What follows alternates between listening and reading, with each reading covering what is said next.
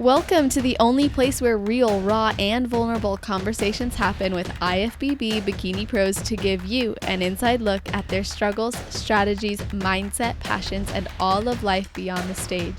This podcast is made to inspire, motivate, and remind competitors and the average gym goer that even the most extreme lifestyles and elite athletes have their ups and downs. Thank you so much for tuning in today.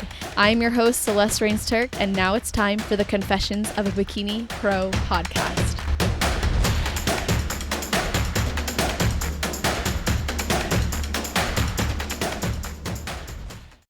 Hey, everybody. I'm here with Joe. He's back. Let's go, Joe. What's up? What's on your mind? Okay, so this is funny because I'm talking like this thing's being recorded, and I got left in the dust over here by Celeste, so y'all know this. Wait a minute, this says here, meeting is being recorded. Do I have to hit okay, or can I just go with this? Yeah, okay. Okay, now are we being recorded? Because I don't want to. Recording. You don't worry. Don't worry. It's just to make sure that you're not going to come at me later and be like, I never said you could record. I never said you could record. Who wants to talk to me anyways? But okay, so going back to where we started, you know, we were shooting shit before this started recording, and obviously the year's ended. The NPC IFBB Pro League season, we've done the Olympia, the Nationals. It's time looking forward into 2024, and of course, the first thing we have right off the rip is the women's seminar, and we were talking about how fast it booked up, and I'm talking, we did 500 reservations the first day before the day was over. I know that's true too, because I saw that it was live and I was watching that page like a hawk, refresh. As soon as it went live, I'm like, oh my gosh, sent it out to some of my girlfriends. They're like, I'm on the wait list. I'm like, what? How did that even happen? It happened that fast. And it like I said, well, it's a testament to how good Sandy is and how good she is for this industry. And I'm just lucky that I've got to work with her this long, and I've known her for ever and a day. And we always tease each other because me and her husband, Ted, our paths have crossed so many times in this industry, even when I didn't know her. And, you know, contests we were at the same time, probably sitting a couple seats away from one another. And it's just funny how, you know, life kind of unfolds. But I'm so excited for this seminar because it really does kick off the competition season. And, you know, we have so many great guests coming in. And the one thing that I said that the audience didn't get to hear, there's a really special guest speaker. Here it is, ready to build up. It's you. So it's you. So we have so many cool things this year because we have the space to do real true breakout sessions and allow people to pick and choose topics they might want to hear or more interested in. So at the women's seminar, it'll be a nice mix instead of maybe sitting through something you're not as really truly interested in.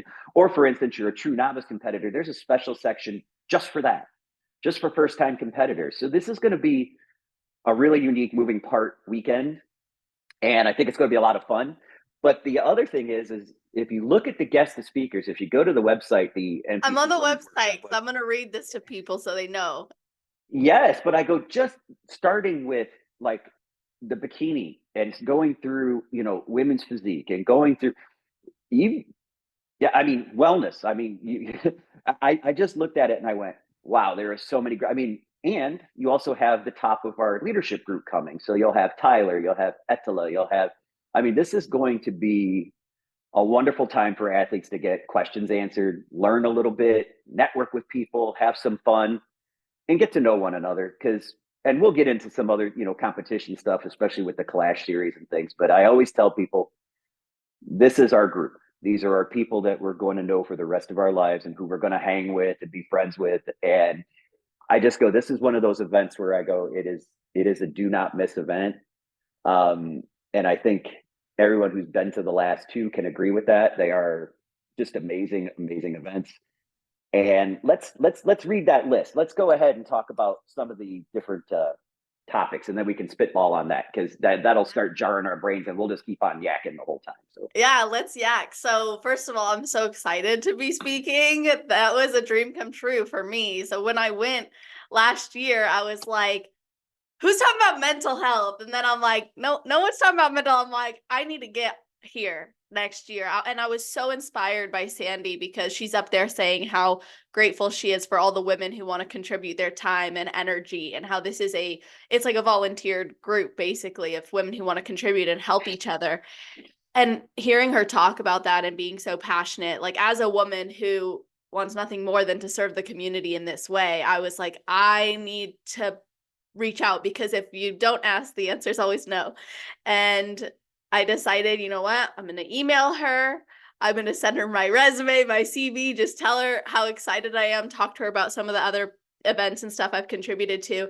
And within like a very short period of time, she was like, we would love to have you. And that I cried. I was like, because you already know this about Well, I was in on all these conversations. So I go, on the other side when we sat down, because this is something that everybody out there should know. Sandy and I talk damn near every day. And we talk about everything that'll make the sport better and what we can do to make it better and how we can change things, do things. And this is something this event started very dear to Sandy's heart. And so yes, when we talked, your name came up, and it was a very simple, you got to have her there, Sandy. So this is, I always tell people, I go, I look at things probably very similar to Sandy, and how we can make not only the sport better, but make our athletes stronger as people. And you've heard me say this a million times, our competition life is only going to last for so long. But hopefully, if we're lucky, we get to live a long, healthy life and have, a great family, community, friends that we're surrounded by. But this is so important to understand the aspects of how everything and how important it is with what we do, that it carries over into the rest of our lives. So when your name came up, to me, it was an easy call. I'm like, oh, you got to have her, Sandy. So, but back to our little list here. So you're going to speak in the main ballroom. I believe it's in the afternoon session, if my memory's serving me correctly. You're right. And that'll be a lot of fun. And that is something that I think anyone out there listening to this who has never heard you speak before needs to take advantage of this. And you'll have the opportunity, because the way like I said, it's split up, is even if someone has another session they want to go to, those sessions will be a half hour each, so they can come and catch you on the next one, which is basically you're going to do the same presentation, if I'm not mistaken, twice. If I got that right. That's my understanding as well. And I think that's like the coolest part about this, is people get to pick and choose, like you said, and you're not going to necessarily miss out because you get to choose two. And when you look at the list, there's a ton, and this is aside from the agenda, you guys. The agenda is already packed with amazing things. So then you add on top of that the breakout sessions, and it's like, oh, you mean now I get to go sit in a room with these people and actually not just hear them, but connect with them. Like, my goal is to create and foster an environment of connection when we're in that room together. And I think to have that opportunity, like I'm going to read some of these. So in the morning, you've got your true novice, you have social media and marketing, which, hello, one of the things that we should be taking advantage of as athletes, as competitors, is how can we make a brand? How can we make a name? Or how can we support other brands that we believe in having their own name or their own mission? At least that's how I see it. I think you guys would agree, because marketing this is a business. Let's be honest. And that is such a good point. And I bring this up to athletes from beginners to our Olympians. And this is a conversation I have with athletes all the time. I say, listen, the sky doesn't open up and money doesn't fall out. I go, but when you're working in this industry, you're creating your chances. When you get that opportunity, you have to know how to handle those opportunities and how to make them work for you. And everybody works so hard. It's one thing to have the beautiful body, but you have to think about how you're going to make a career out of this, or how, even if it's not a career you want to make, how you want to market yourself, because these things are so important. And a lot of people just automatically think, well, I became a professional. And I go, yes, that's an amazing accomplishment. But now what are you going to do with it? And it's so many questions and so many things. And I go, we have people who are really good at this, who live this on a daily basis, and they're going to be talking about it. I go, you couldn't ask for a better setup or situation. And I sit there and I go, okay, this is one of those things where I go, you learn every day. You should learn something new every day. I've used that. You've heard me say that. I said that at a seminar we were at together one time. I said, learn something new every day. One thing. You learn one thing new every day. You've learned 365 new things in a year that are going to enrich your life.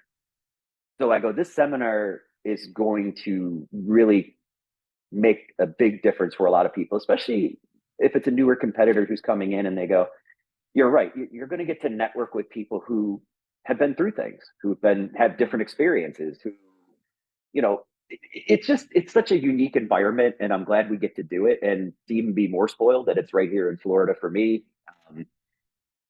I'm excited and I can't wait. And it's, like I said, I'm ready to chomping and raring to go right now. So. I know. I'm so excited. I think the best part, like, yes, learning, knowledge, experience, also connection, which is the very first thing you mentioned, was that community and the relationships you're going to develop. It's not every day in bodybuilding that you actually get that opportunity in your day-to-day life, I should say, to connect with those people outside of the internet. And thank goodness for that, right? That we have that opportunity to connect that way. But yes. It's different to meet in person. Yeah, and it is. And it's, and I've told you this story. I go, years ago, pre-internet, you didn't really get to know anyone or even communicate with anyone on a daily basis because there was no email, there was no anything. So you waited till a show came to town, and then you went and met someone that you saw in a magazine who inspired you. And hopefully, you like that person even better afterwards, because, sometimes you don't. You don't, exactly. I'm going to be brutally honest. Some people just aren't great communicators. So some people left impressions on me that they're no longer here, but or some that are, but I go, when I see them now 30 years later, we just laugh and laugh and laugh. And I go, this sport it'll enrich your life as much as you want it to. And that is the key.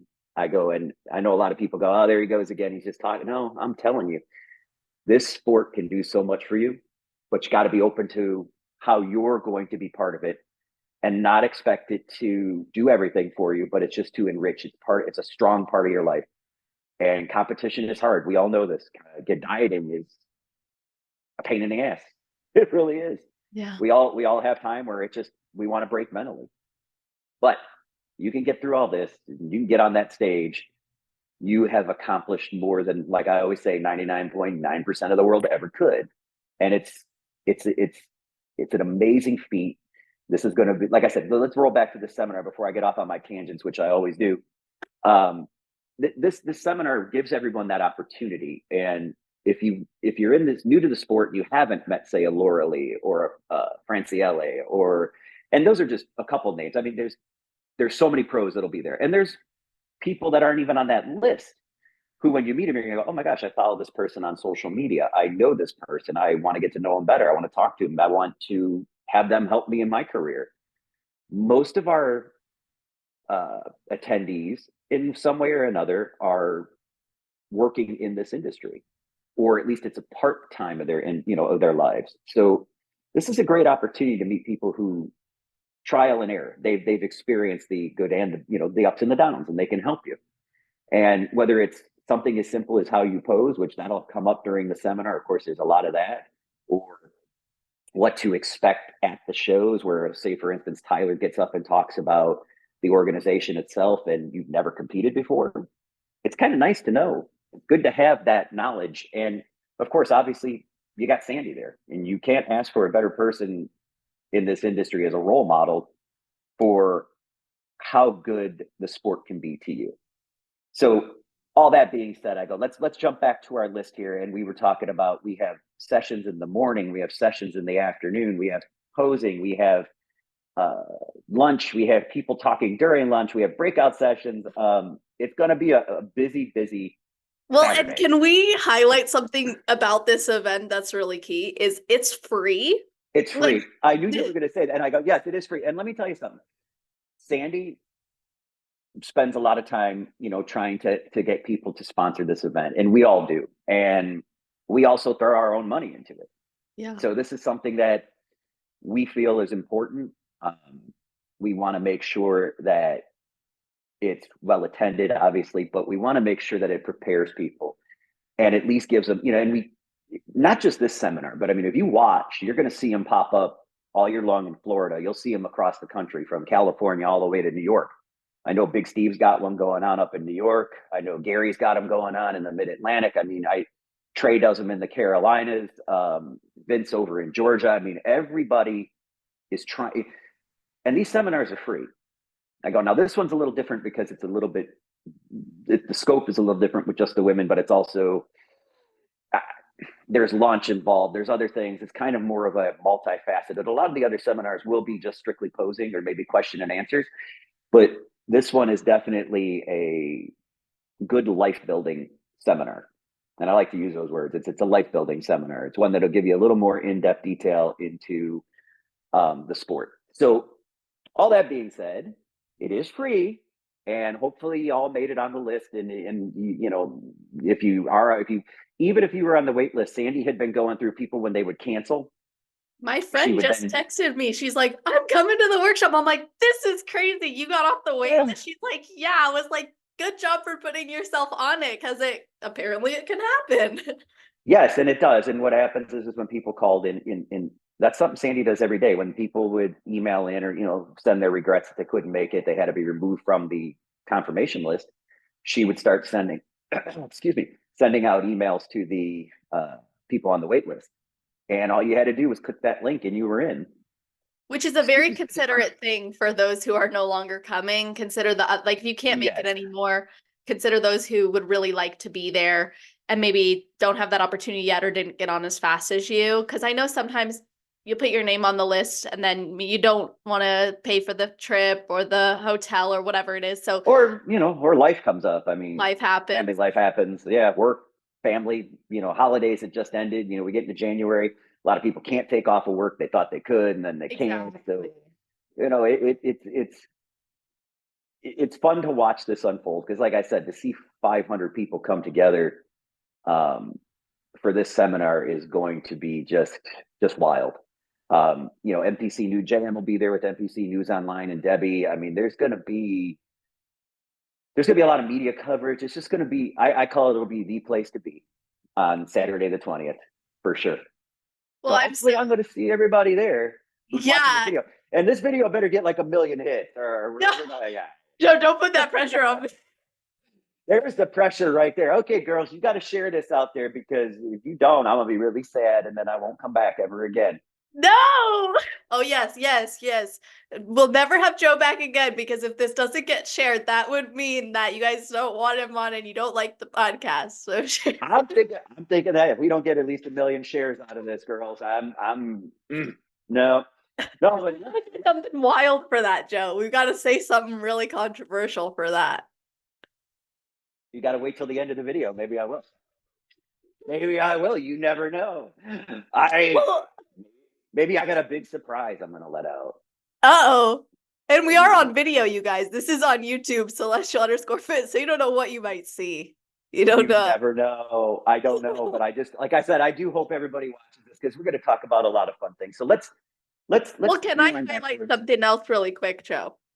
What's that? I want to highlight the women who have been on the podcast who are going to be at this event, because I want people who have been listening, you guys, this is your opportunity to come and meet these athletes in person. If you didn't get to come to my podcast party, which actually I did at the Sunday after the last women's workshop, because everyone was already in town, I was like, let's do a podcast party. And you guys got to meet a lot of great athletes. Come to this event. You can meet more of these bikini pros. So Jen Dory, she's been on, Ashley Callwasser, Laura Lee, she's been on, Amy Delgado's been on, Jessica Wilson's been on, Brittany Hamilton's been on, me and Hope go back and forth trying to get her on. Mia Barchi, she's been on. Wait, Hope hasn't been on? No, dude, I've been trying. And me and her we were on a sponsored team together. You got to text her and be like, I'm gonna text her as soon as I get off this thing. I'm gonna get off and be like, Hope, really? Seriously? Get your ass on here. Let's go. Oh, yes. Mia's been on though, right? Mia's been on here, right? Mia Barchi's been on, and she and I were messaging about how she's going to be talking about the schooling and pursuing bodybuilding and schooling at the same time. I think that's a really awesome thing to be able to learn from people who are doing it. We have Jamie DeBernard. She's going to be there. She was on the podcast during Coaches series. We had Margaret. So Margaret from Toxic Angels Bikinis. Yep. She's been on the podcast. She did a presentation series. She was part of the presentation series, I should say. Obviously, you're going to be there. You've been on now twice, which is great. We've had Camille. So Camille Perriott came on back in 2018 when the podcast very first launched. That was second place at my very first pro bikini show was Camille. She's a legend. She is a legend, and let me tell you something. I go, an amazing athlete, and the funniest part was, I say that to her all the time. Well, you were second. And she goes, but no, it's always good to see. It's real. I always love seeing Camille. One of my dearest people that I enjoy in this sport. She's just such a nice soul, and keep going. I love this list because I go. It's so fun to be involved with all these athletes and see them grow and watch their careers. And I can't wait to see all of them because we have so much fun when we're all together. It's like a giant laugh, giggle fest, and it's just. I shake my head and I go, I don't know how I ended up in this portion of the sport, but here I am. So stuck with all these women. What a shame. It's the worst thing in the world. Let me tell you. Yeah. And one of my dearest friends and business partners, Shannon Day, will be there. I was just about to say her name. She is also a legend.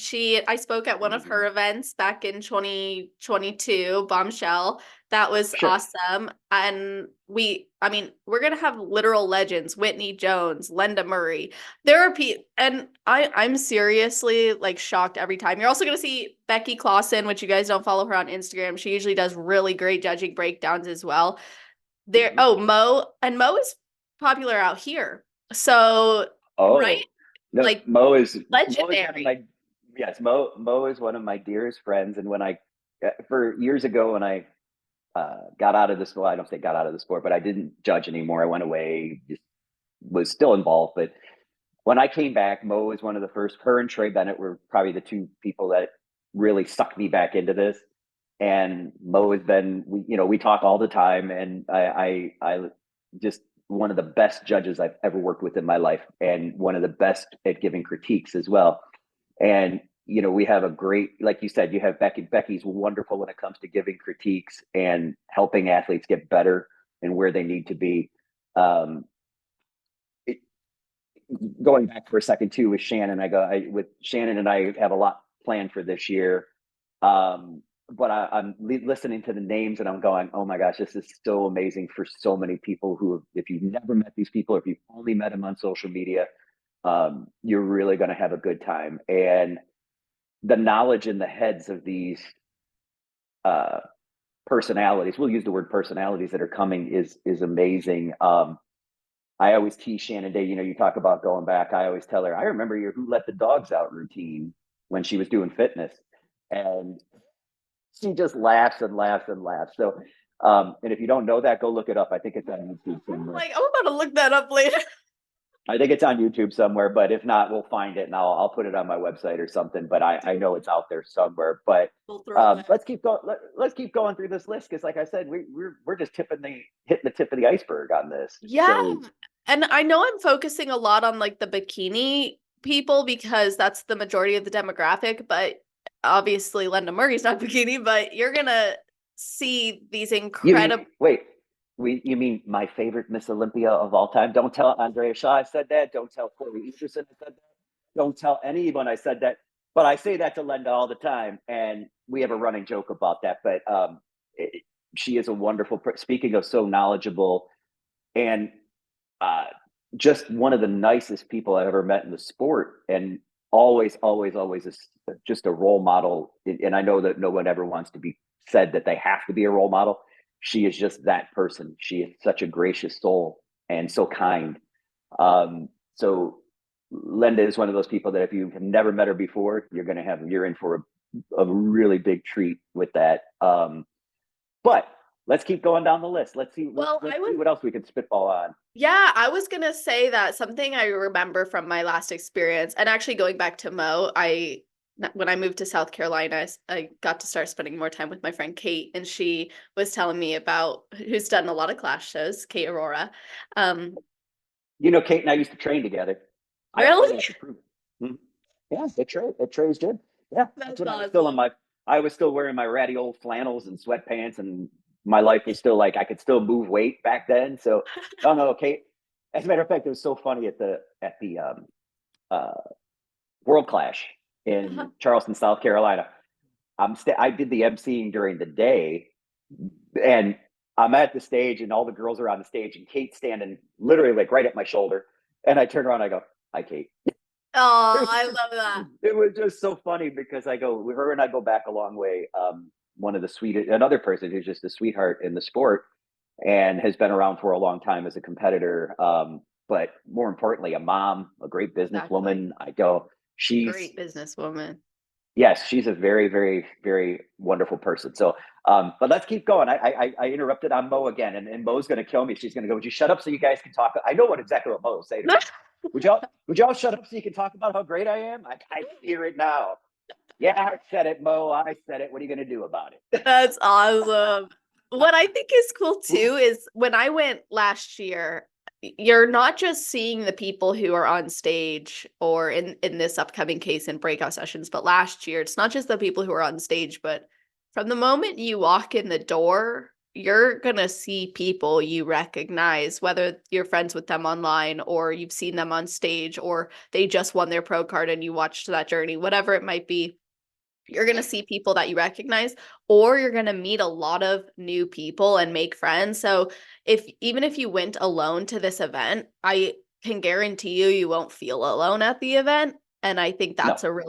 that's something that's special about the NPC and the IFBB. And you mentioned earlier when Tyler was talking, even last year when he was talking about the NPC and IFBB, and you had the same thing and Sandy was going on. All I could think was if you've never been exposed to the NPC and IFBB and you question it for whatever reason, or you're not sure if it's the league for you, I do think that this gives you the opportunity to see that it's a league that is supporting beyond what's happening on stage.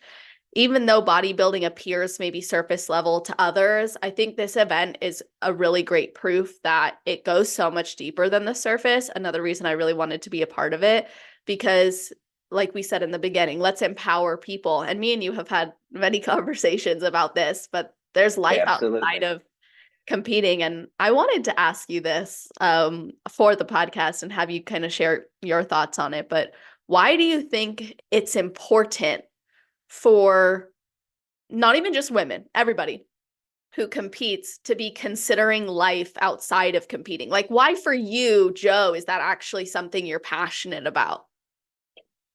Because everything this sport gave to me built my entire life, and it changed everything for me when I was a kid. And I've had this story. I don't know if I talked about it on the last time we got together, or if we've talked about it on the phone, but I said, as a kid, you get into general mischief, trouble, you start hanging out with the wrong people, your life might be going the wrong way. Long story short, I got lucky because the person that I met was one of the best bodybuilders in the world at the time. And he lived right in my city. He trained at the gym I was going to go to. And he watched me train for a while, and he said, "You know what? I asked him to train me. I was going to pay him." And he looked at me and he goes, "I watch how you train. You train really hard. You're 15 years old, whatever you are." He goes, "Train with me." So we started training together. And to have somebody like that who became a influence and a guiding light in your life, I was lucky. So for me, I go, I'm going to always pay that forward. Do for others what he did for me, which was, at 15, then 16, then 17, you're competing and you're thinking, oh, I want to, I'm going to start taking drugs, or I'm going to do something, he would never let me. He would get me he would tell me, you're not going to hang out with these people because it's not good for you. He always was a true friend, more of a brother or family member than a friend. And I go, the greatest thing about that was watching him go through his trials and tribulations in the sport, coming so close back in the day when you had to win the overall at the national, you had to win your class at the nationals or the overall at the USA. He won his class at the USA. So then you had to go to the Mr. Universe or the World Games at the time, and you had to win your class there. And he took second when he went there. So it was like every time he got close, and finally he's still on record as the oldest open male bodybuilder to get a pro card. He was just almost 40 years old, and he got it in 1993 at the Nationals. It was in Fort Lauderdale that year. And I'll never forget that, you know, he got off the stage and Jim Manion looked at him and he goes, "Steve is back." And it was just it was a moment that I'll never forget because it was a proud moment for me as a training partner, as a friend. And then of course we went and did all kinds of contests after that. I went with them to the night of the Champions, which is now the New York Pro Big Steve show. We went to Toronto, we went to California, we were all over the place. And then we did 3 Masters Olympias. One in Long Beach, California, and 2 in Virginia. But I look back on that and I go, okay, so the sport has always given me confidence. It's given me drive. It's given me work ethic. It's given me and I could go on and on the subject. But what I always want to do is be able to return that to others. Yeah. But also in my own mind, I go, I've been lucky, blessed, however you want to say it. I go, I've been successful in my business careers. I've done a lot of great things in my life. I've traveled the world, but all of that comes from bodybuilding. Dedication, determination, work ethic, all these things. Without bodybuilding, I would have probably fallen off a path somewhere and done something really stupid with my life and probably wouldn't be where I'm at right now. And don't get me wrong, we all make mistakes. We do. I could write a volume on making mistakes, but just because you make a mistake doesn't mean it's permanent. You learn from it. And I've made, you know, obviously in life, I've made relationship mistakes. I've made, you know, career mistakes. No one is perfect. But what you learn from it is like with bodybuilding, the bar didn't come off the ground. It's coming off the ground next time. It's going to change. You have to keep moving forward. So that great line from Rocky where he's talking about, you know, the world's not all sunshine and rainbows. It's not. But if you wake up every day and you got that let's go positive attitude, I want better. I want things to happen the way I want them to happen. You set your goals, you make it happen. You break that one, you do the next one. So bodybuilding is that foundation that has taken me from competing, which I always tell people, kind of a block. So it's easy for me to get kind of blocky looking. I wasn't going to be, you know, there was no classic back then. It didn't matter anyways. I didn't have a small waist, but I was never going to be a great bodybuilder. But everything I learned, and, you know, I was fortunate because I trained with the best of the best all around the world. And I loved every minute of that. And I love training. Once again, another thing that is very important in how you see the rest of your life. And I touched on it for a second about, hey, the bar didn't come off the ground. You better get it the next time. So for me, everything has kind of rolled into this big moment. Mm-hmm. And that's really what it does. It brings out the best in people. Or if you're not careful, bring out the worst. But if you do the right things, whether it's in business and, you know, life, good things will follow. The old karma rule. So I always tell people, I go, without bodybuilding, I wouldn't be where I am. Business wise, I did great. I retired out of the construction world in my 40s and wasn't ready to sit back and do nothing. And the opportunities came along for promoting. Yeah. So then we started promoting bodybuilding shows. And it's so funny. I always tell people, all you get in life is an opportunity. And I say this to athletes every day. I say, when you get an opportunity, you better be ready to work, because it's not going to come just to you. You have to go take advantage of it. So my first chance to do a bodybuilding show, Trey Bennett looked at me and said, all right, we were in the gym one day just training, and we were actually doing cardio. He looked at me, he said, I'll give you a chance. Well, the show the previous year at that location had 50 people. So he gave me the chance, and we had 252 the first year. Bodies, not crossovers. That was bodies. That's awesome. We were about 4. So, and we were in this little place that was sold out, packed. I mean, we had the fire department there saying, y'all are breaking fire law. I mean, it was mass chaos. Nice. But I always tell Jim Manion, and Jim is the one that I always go when it came to judging and everything else. Jim, Sandy, they kind of brought me into this, and I was the last pro league head judge that Jim appointed before Tyler took over all the judging. Mm-hmm. And I always tell Jim every Thanksgiving, every Christmas, every time I see him, I always tell him I'm thankful. I say I'm thankful for opportunity. You never gave me, you don't give anybody anything, but he gives you an opportunity. Trey did the same thing. Here's an opportunity. Sandy, same thing. Here's an opportunity. How are you going to take advantage of that? And it's not take advantage, I don't want to use that word. How are you going to utilize that and make your life better, but make other people's lives better? So the very first national shows I ever judged, after I passed my national, back in the day when you would pass it, you'd have to take like so many years of experience, so many years of amateur judge, local judging, then you could be recommended to go test judge at the national level. I went to the nationals. I got my national credentials, I guess you would say. So now there's so many, there were so many national judges. This is back in like 2015, 14 or 15, whatever it was. But I would drive on my own dime, Charleston, South Carolina to Pittsburgh. And I would stay at the Red Roof Inn up the road from the Sheraton station. And I'd do this all on my own dime. And then I would go and I would, when someone needed a break, I'd sit down at the table and judge, because they had so many judges with seniority and everything else, but you just want to show people how you can do. And I like to, I have a passion for it still. I still love to judge. So I would do that. And then eventually there was a night, I'll never forget it. One of the judges said, "Hey, come here and sit in my seat for a few minutes." And he just left. He didn't come back. He didn't come back. So I was there the rest of the night. And then after that, Gary, who I've known Gary for a long time, is one of my favorite people in the world. Gary started texting me going, "Hey, my man, can you come up and judge?" And I was like, okay. And then, gates, doors opened.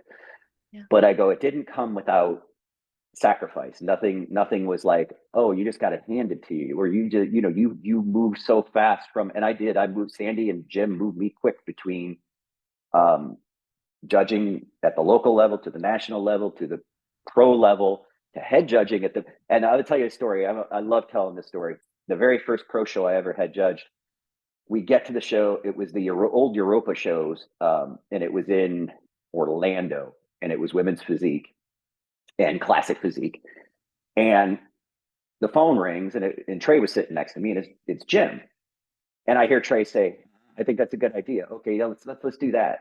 Trey gets off the phone. He looks at me and he goes, "By the way, you're head judging women's physique." And I was like, "What? Say what?" I mean, if you've never done that before at a pro level, if you really believe in what you're doing, you're always nervous. If you ever see a judge who sits down and you ask them, "Are you nervous?" when they sit at the table and they say no, that's not good. Nervous about what? Nervous about what? And I'm going to tell you exactly what it is. You should always be nervous, because here's why. I know what every one of those athletes went through on that stage. I know how hard they worked. I don't want to screw it up. I don't want to make a mistake. I don't want to overlook somebody or second guess myself. I go, that's why you always want a great judging panel in front of you, because they should be talking amongst each other in case, as the head judge, a lot of times you're so if we're in a foreign country, you're trying to speak 3 languages, you're trying to do all kinds. So you've got to have good people around you. But going back for a second, I go, you should always be nervous as a judge, because you should always be thinking, I don't want to make a mistake.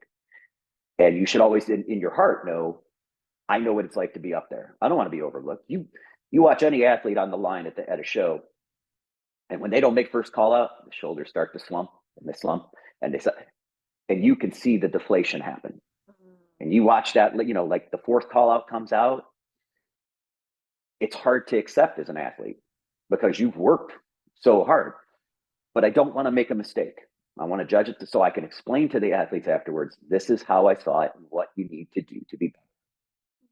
So that is the key as a judge. But I progressed relatively quickly, and Tyler is actually the one. He said, this year you're going to judge a couple classes at the Olympia, and that was 6 years ago. So I progressed very quickly, and I worked very hard to get there. And I would tell people, so don't ever think things can't be done. You just have to put your effort forth. And I'm thankful for every opportunity I got. I'm thankful for Tyler for giving me that opportunity, for Jim before that, Sandy before that, and Trey before that, and working with Mo. So when you brought up Mo's name, this is where this all spitballed from. Mo was one of the people who, when I had done some judging in the early 90s, and Of course, life takes over. You go on to college, you move off, you kind of leave that world behind. It just was an extra thing in your life. And when I came back, to sit down with Trey and Mo and learn from them was amazing, but also to be given opportunities. If you work hard, nothing you do nothing is impossible. So I've always had that attitude in life. I'm like, all right, let's go. When I talk to an athlete and they say, hey, can we talk about what are my chances of getting to the Olympia this year? I go, you can get to the Olympia this year. You've done it before. Why can't you do it again? And they look at me and they say, well, we mean not what you're looking for as a judge. I go, you can reshape your body. You're that good. You're at that level where you're an Olympian. You are the best of the best. And I tell all our Olympians, never be disappointed when you get to the Olympia, or maybe you don't make it one year. We talk about Bikini a lot because Bikini is our largest numbers. The largest number of competitors in the organization is in Bikini. Can I pause with that? Because Sure. Bikini is the largest number, I'm going to ask you a controversial question. Why aren't they paid more? Well, and you think you're the first person who's asked this question? No, I don't think that at all. I ask it all the time. And one of the responses is, there are more people there, but their response is, of course, the statistics that they study at the top of the, like I said, above my pay grade, the sponsored dollars, the dollars that are driving the business. And this is the business side of the conversation. Right. They want to put their money behind men's bodybuilding.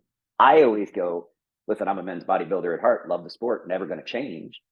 But I go, wait, there's only 10 guys or 10 or 15 bodybuilders. Okay. But really, to be truly honest, those numbers are driven at the Olympia event. People do buy those tickets to watch I hate to say it, they come to watch the freak show. And God bless men's bodybuilding for that.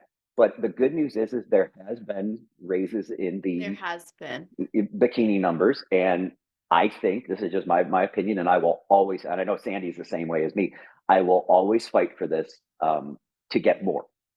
And I always think of that. I go, first off, like when we talk about money, prize money, remember, prize money is only given by the promoter. Okay, so that's part of our job. So as a promoter, if I can't get good sponsors and I can't sell tickets, then the money has to come from somewhere. So that's, if you don't get the sponsor money, you can't offer even a pro division because we have to be sanctioned by the organization. I mean, these are things that a lot of people don't know, and they just automatically think that, once again, money is just thrown around. But no, it's all a business, and it's all definitely, put into boxes that what is the max returns. And that portion, I go, everybody has supporters at different. I mean, there's people who, look at Chris Bumstead. I was just thinking that. I'm like, I don't discredit at all that men draw so much attention, especially someone like Chris Bumstead.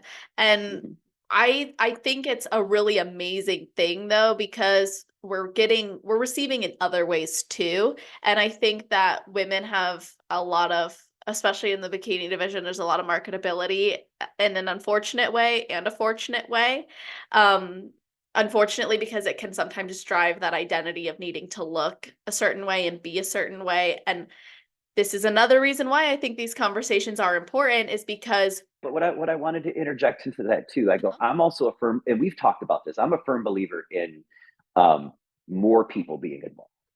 Yeah. So to me, growth in the sport, I was fortunate enough because I really got involved in the sport in the mid to late 80s. And that is when everything on TV was geared toward gyms and physical culture. You had Richard Simmons, you had Joni Graydon, you had Jane Fonda. Everybody had an exercise thing they were trying to sell on TV. There were Buns of Steel. There was 90-minute or 6-minute abs. There were all kinds of stuff. But I go, the greatest part was it got Richard Simmons cracked me up because the guy by no means should have been any type of health guru. I did a biography report on him when I was in middle school or elementary school. And I was like, I'm going to do it on Richard Simmons. I was like, this is an interesting character. But I go, here's the thing though. He got people maybe who would never have exercised at all. He got them up. He got them dancing. He got them moving. And to me, I go, okay, it's very hard to step on a bodybuilding stage. But for a lot of people, when we talk about world populations and numbers, I go, just to get up and get moving is so important. So for me, usually it happens in steps. People start small. They go, oh, I started exercising. I joined a gym. I really like it. And then the next thing you know, they get a bug to compete. Uh-huh. And that is where a show like our all girl show, the girl power show that Shannon and I do together. That one is important because you get a lot of athletes that never would have competed. They're maybe a little shy, but they go, okay, you know what? I have an atmosphere and then all of a sudden they really catch the bug and they just start competing more and more and more.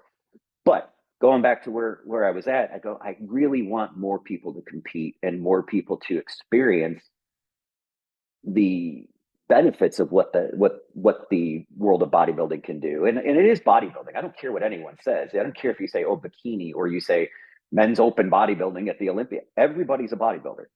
Yeah. There is no such thing as saying, oh, we might say sometimes, well, you're a bikini athlete. No, you're just an athlete. And I'm going to tell you what, I've been around Ashley Kaltwasser. I've been around Laura Lee. I've been around Brittany Hamilton. I've seen people do amazing things that I just go, it's an athlete. I go, that's a freaking hardcore athlete that has like amazing, amazing talents.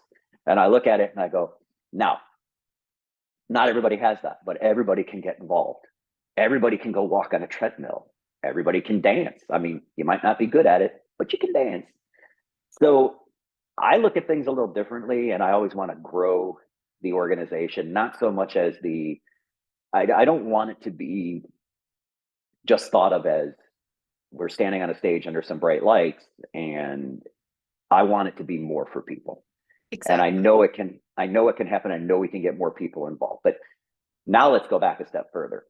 So we had talked about mostly bikini, we do. And that's why there's a couple different ways I look at this. Once again, the business side of me takes over and I look at things and I go, okay, when I do my shows, and I've had guy bodybuilders call me out on this and fricking ream me a new asshole. You never put guys in your ads. You only talk about the girls. And I said, well, I'm going to tell you why. And I'm going to show you statistics why. When I put this on social media, the girls like it. They share it. It grows.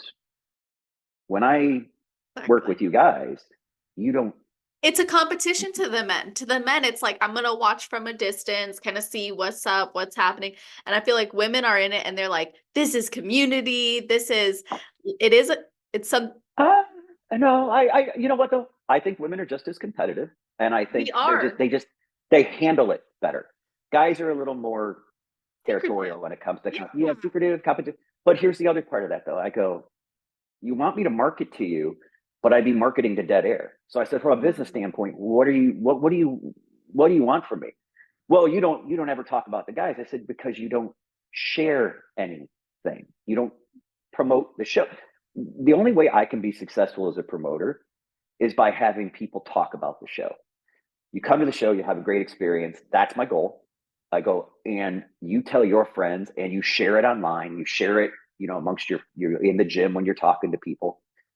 And one of the best compliments I get is when I have friends around the country who are like, we were at a posing seminar. I asked a girl what she's doing, and she says she's coming all the way to Florida to do Klash. And I'm like, oh, that's great. Yeah. But I go, part of that is I know what I really want to see for the athletes, because I want that. I would talk about the word experience a lot. I want your experience, whether it's your first time on stage or it's the pro show or the winner's going to the Olympia. I want that, or whether I'm judging. I go, if I'm at a judge's table, I want your experience to be great. I don't want to hear, what I hate hearing is when we as an organization sometimes fail, and you could say that's controversial, but I go, you spend a long day at the table. Sometimes you just don't want to give critiques. Sometimes but you know what? What are we there for? We're there to make people's lives better. Those, as we always say, you all, as we point to the stage, are our customers, our clients. This organization, without the athletes, there's nothing. So you have to have the athletes, and you've got to give them a good place to compete. So once again, I just see it as I know bikini is the largest number, and my show, I can tell you this much. The numbers, not just at my shows, but almost every show. I go, we'll back that up. But overall, when you look at it, you go, here's why it's so important for a promoter. Bikini girl might do 3 classes in a show, whereas maybe the male bodybuilder is only going to do 1 class. Now, as a promoter, that's important. For the organization might look at us and go, yeah, but it's 52% female, 48% men, or 50-50, or whatever the number is, this year. But that's just based upon buying the cards, the membership cards. I look at it from a business standpoint as a promoter, but also everybody loves when you come to a show. To be honest, that crowd is most filled because of the bikini girls at the local amateur level, because they're bringing their spouses, their children, their mom and dad, their friends. It's a different environment, and to me, it's very easy. And don't get me wrong, I love all our athletes. Our athletes are great. Anyone who gets on that stage to me is a rock star. I don't care if you're not going to win or not. I don't care. I go, because I know what it's like. And I go, anyone who's ever stood on that stage knows how hard it is to get there. So that is the first step in being successful, is you made it there. I go, now take that and apply that to everything else. But back to where we were. I know as always, I sidebar, and you're going to end up having like a 3-hour thing. You have to split this up into multiple. I have so many thoughts because you have taken us on a journey. Do you mind if I summarize? No, go ahead. Keep talking. I love it. So we got to hear a little bit about you and your start, and we heard about someone in the gym who was a top competitor, Mr. Universe, which, by the way, when I was 15, maybe, I was in the gym working out, see this super buff trainer, and I wanted to be a trainer now at this point. It was around like not 15, but I was getting into fitness more. I was an avid volleyball player, and I was like, how much better can I be? But anyway, I eventually fell in love with fitness, want to train.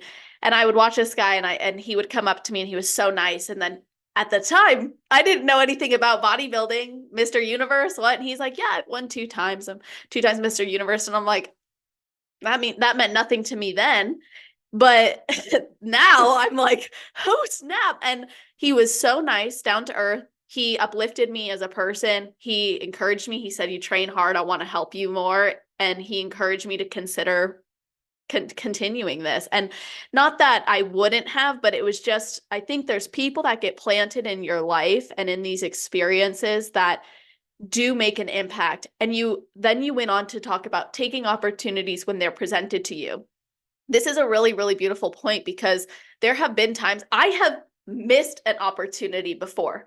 There was one on a silver platter, and I was like, yeah, I really want to do it, but, and I missed it. And I have not missed an opportunity since then. And actually, it was from Camille, believe it or not.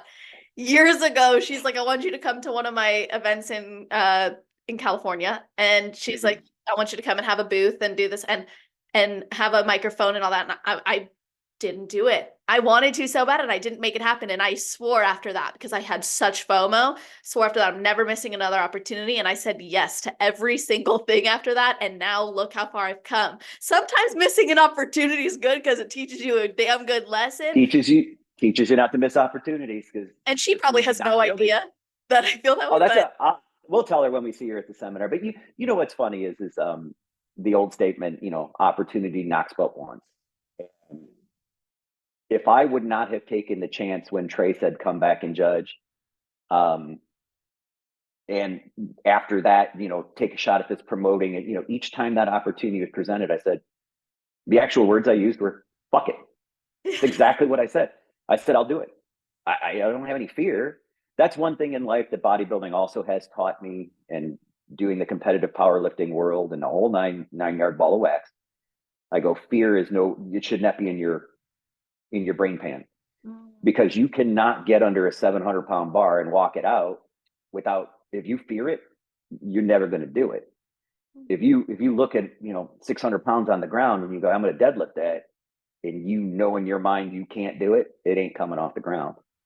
So nothing we do should ever be based in fear. And I that is a dual-edged sword, because I had this conversation with an athlete recently about FOMO. And I said, it's not always a good thing. And I think you know where I'm going with this. And here's why. There are other things in life that, you know, for instance, this particular athlete, and I'm not going to name names or anything, but I'm going to miss it. I'm going to miss this. And I went, yeah, but you're going to be with your mom for a special occasion for something very important. That needs to take precedence. You're not going to get that opportunity again. There's going to be shit. There's going to be an event every weekend until the end of the year that you can take part in. And I know this is important of what you're going to miss, but it's also going to be weigh on your mind more if you miss this time with your family. So there are things where I tell people, try not to have FOMO, because everything you do should be thought through and thoughtfully, you know, put thought into what you do. It's no different than when you give a gift. I tell people all the time, the best gifts in the world are the ones where someone puts thought into the gift. It's not the money they spent. It's not the, you know, and it could be something really expensive. It could be something that cost a nickel. It's the thought that goes behind a gift, or it could cost nothing. It could be a handwritten card. It could be whatever. I go, life is short. Let your emotions, don't cover this in stone. Be who you are, but also think through things. Think through what's really needed in your life. Sometimes what you think you need, you don't. And sometimes what you think you don't need, you do. And it's amazing to watch people when you talk about missing opportunities or losing a chance at something that could be really great for them, because they just don't think the timing's right. They go, oh my God, I can't do this. I can't do that. I go, it might just be you need to stop worrying about thinking you know the answers and run with what your heart and your brain tell you. You know, when you think it through and your heart and your brain agree, you're usually pretty right. Usually it's not wrong. If one goes one way and one goes the other, you got a 50-50 chance that you're wrong. But when they're both telling you the same thing, don't let your brain talk you out of something that your heart really wants. And vice versa. If you have but one chance through this in life. And I know I might be waxing a little philosophical here, but I go, the subject of FOMO, I've seen too many people think they're going to have FOMO and then they get sick or make themselves physically ill because they stretch their capabilities out too far. And I've seen that in the sport, in this world. I've seen that in the construction world. We've all worked with that guy who was the workaholic. And it was like, man, go home, enjoy the holiday, spend time with your family. No, we got to get this done. We got to get this done. And here's a little personal. You guys want to know more about me? I'll give you a little more about me. My brother is 4 years older than me. He was a type A workaholic his entire life. At 44 years old, he's in his office and he has a massive stroke. He's partially disabled. He cannot work ever again. He can't drive a car. He's lost without work. He never has been able to really, truly recover, but he worked himself so hard, 90-hour weeks, traveling all over, doing those things, trying to raise a family, I go, sooner or later, you realize your body is not mortal. Or not immortal. It is mortal. It will break down. So don't ever fear like, oh my God, I'm gonna miss this bodybuilding show. It's the end of the world. It's not the end of the world. It's something that you want to do. And sometimes you will find that, okay, I'm going to make this happen because this one is really important. But there are other things on the other side. Like I said, this scenario I was running into, I'm like, go spend time with your family. Go do those things because you're only going to get one chance. And you could say to me, oh, but no, I'm very driven. I think you all know this out there. And I think you know this, Celeste. I'm very driven in what I do. I'm very goal oriented. I know what I want. And I usually always find ways to work and make it happen. And I will always do that my entire life. But there's certain things where we have to put the brakes on.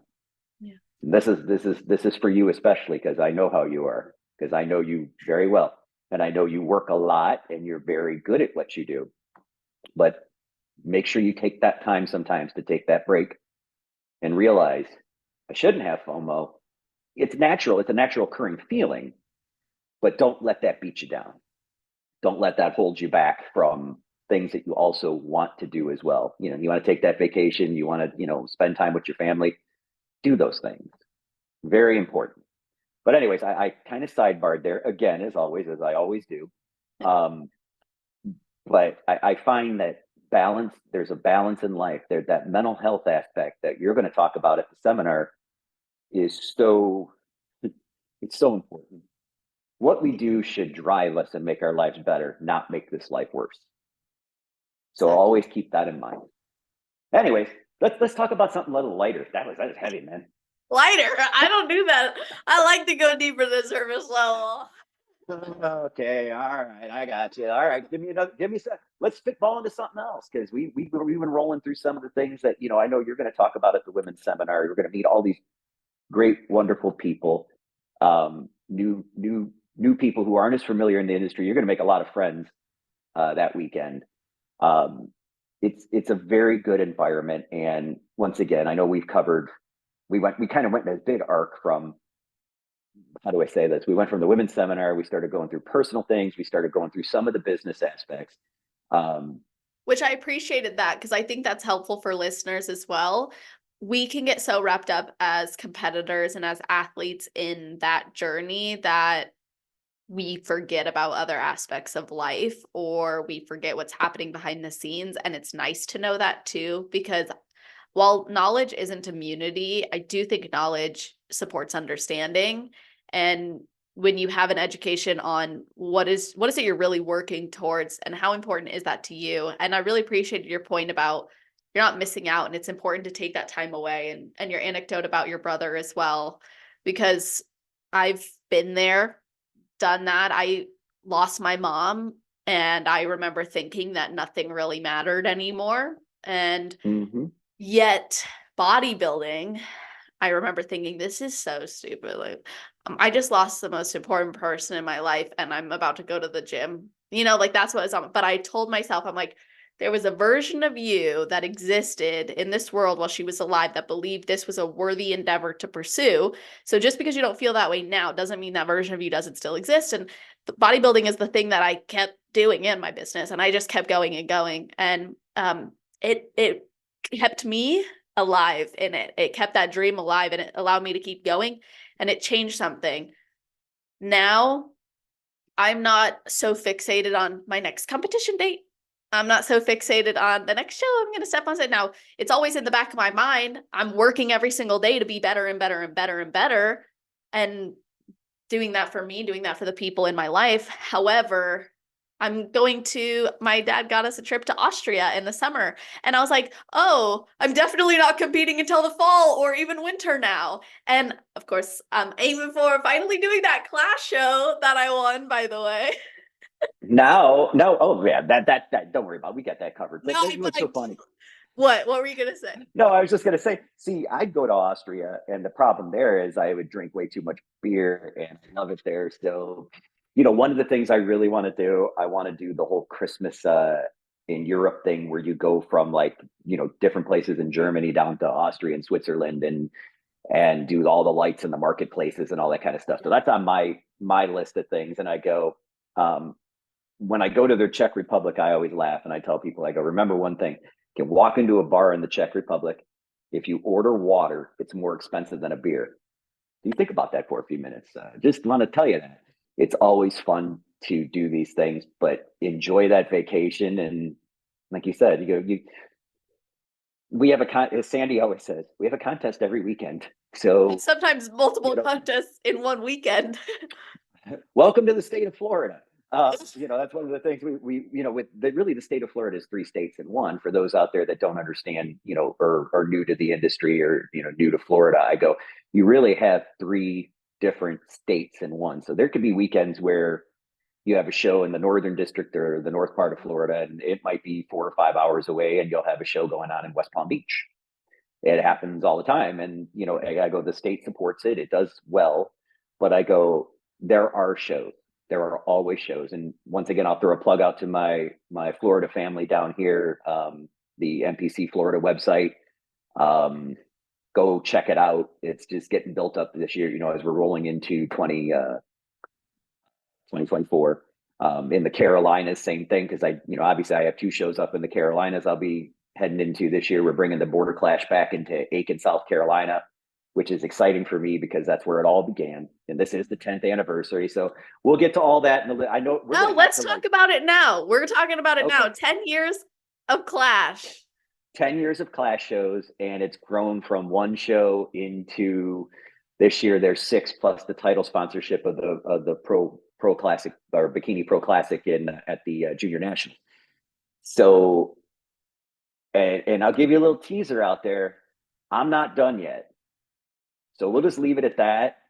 Years and years. I'm not ready to retire. I thought I was ready to retire. I thought I was ready to do a lot of things. I'm not done. You just needed a little reset.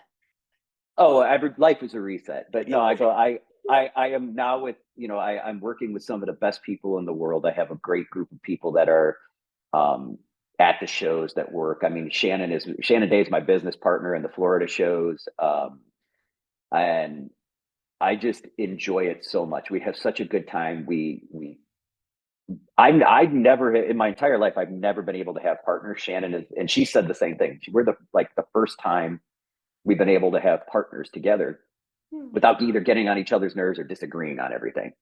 It's just so easy with her, and it's so fun, and we have such a good time. And I go, there's so much knowledge in her mind, and she's been around for, just like me. I always tell people that I keep me around long enough because I've been around so long that, I mean, Lee Haney gave me my first job in this sport, for crying out loud. And that was in 1989. So I go, that was a long time ago. You're like a floppy disk for the industry. I am. I always go, I'm kind of a bunch of worthless knowledge in my head. That's kind of like all it is. But I go, I've grown up in this sport. I started off as a teenager, and it's always been important. And the people in the sport have always been important. So I enjoy it. I tell people, I said, I met J.M. Mannion when I was 18 years old, and I've known him ever since.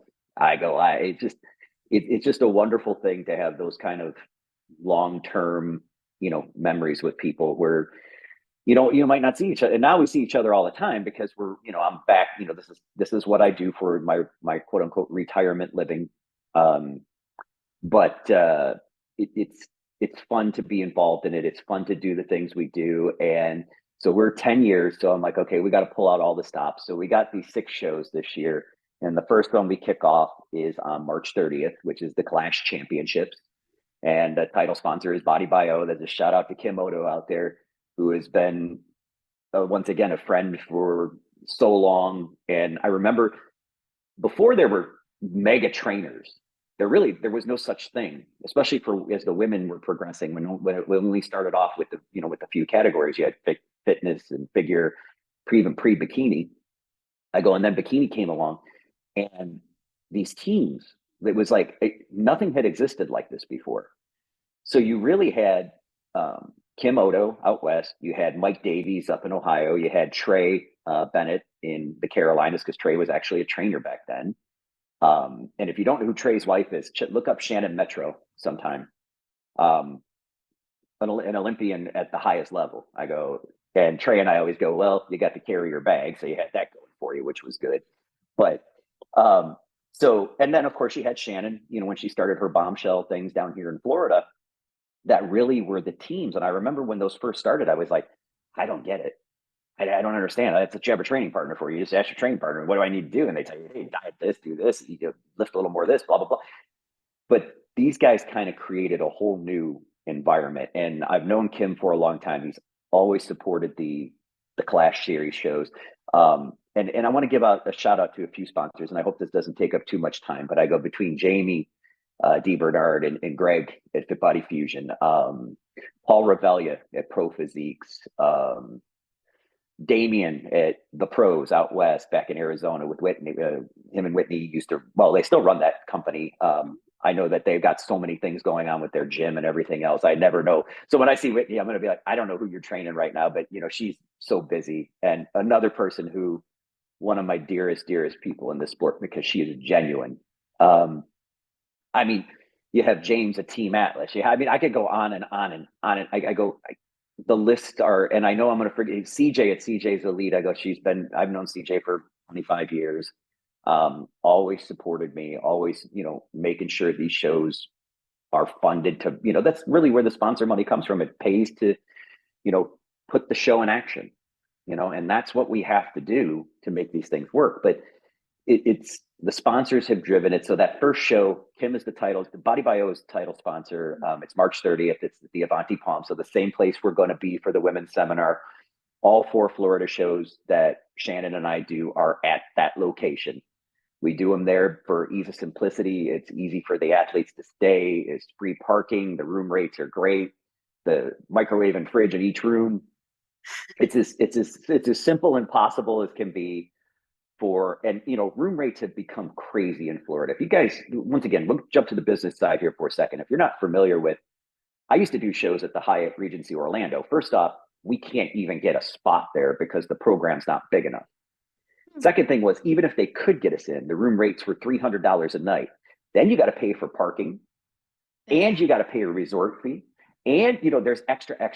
Okay, so don't get me wrong, resort or a place that is top of the line. I mean, like a 5-star hotel. It's just comfortable. It's pretty. It's all the other things.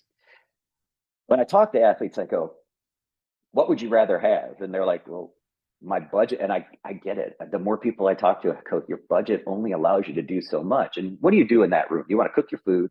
You want to pose in a mirror, and you want to nap. And you want to take a shower. You want to take a shower when you're done so you can go out and have fun with your family. Exactly. So, the thing about Avanti Palms, for those who haven't been there and you come for the women's seminar, or those who come for the shows this year, you could actually include it in your stay. You could take the shuttle they'll drop you off at the front gate of Universal. You're 1 mile from Universal. You're within all the restaurant, on International Drive, but the rooms are between $89 and $99 a night. Yeah. And it's a clean hotel. It's simple. It's easy. There's restaurants, there's bars, there's everything else in there. I go, but most importantly, you got that microwave and fridge in that room. You got a good bed to sleep in. The most important. The worst is when you're gonna. I'll go for it. Free. I was just gonna say free parking. I go, that one to me is. I go, when you pay $30 to park, it just kind of rubs you the right, especially if you're coming to watch somebody. I was just gonna say that. Yeah, and the spectator has to pay $30. I'm like, ugh. But so we love what we do, and that first one is in March. So then we roll, and that is a national qualifier, men and women, and then of course a pro bikini show with the Olympia qualification. Plus, we still do masters. We're going to do a 40 and 50 at all the pro bikini shows this year. There is prize money involved for all of them, but there still is no entry fee. I'm going to hold on to that until the day I die. I can't do it to my pros, and that's my personal choice.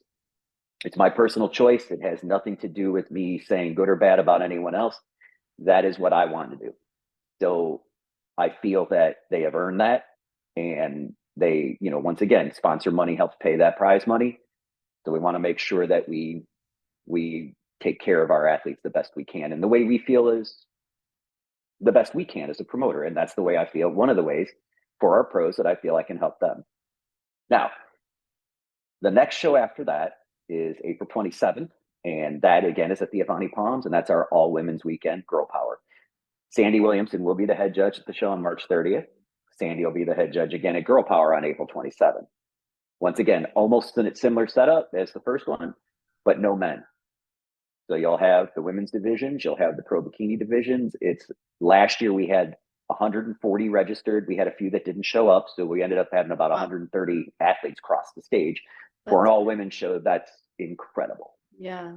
So hopefully we'll continue on that growth path this year. We know it's a fun show. We do a lot of fun things at that one, including we have champagne backstage with special glasses. We do we kind of go above and beyond at that one. And, Shannon will say, like, what do you think about this? And I'll go, I think it's brilliant. I think it's a great idea. Spend a little more money. Let them know we really, really care.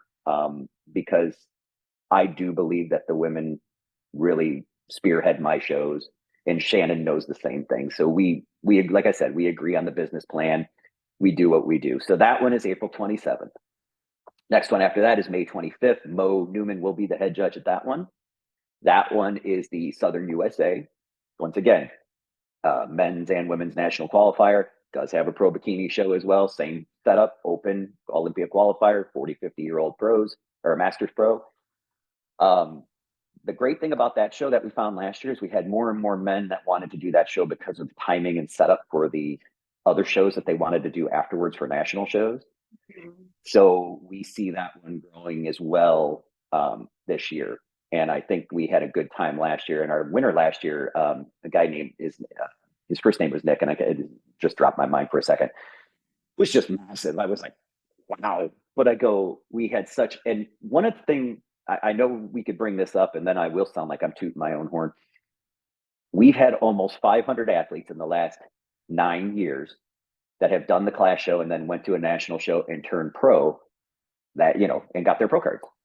So I keep track of all that stuff, and we had a couple really good ones this year. At the last show of the year, the girl who won the overall in bikini 3 days later gets the overall at the Amateur Olympia.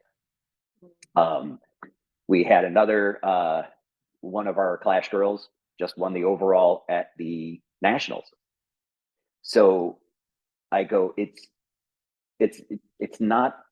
I don't want people to think that the competition's too hard. I just want you to realize you're going to see some amazing athletes, and there's something for everybody, from that first time person all the way up through that professional who's going to the Olympia. There's going to be something for everybody.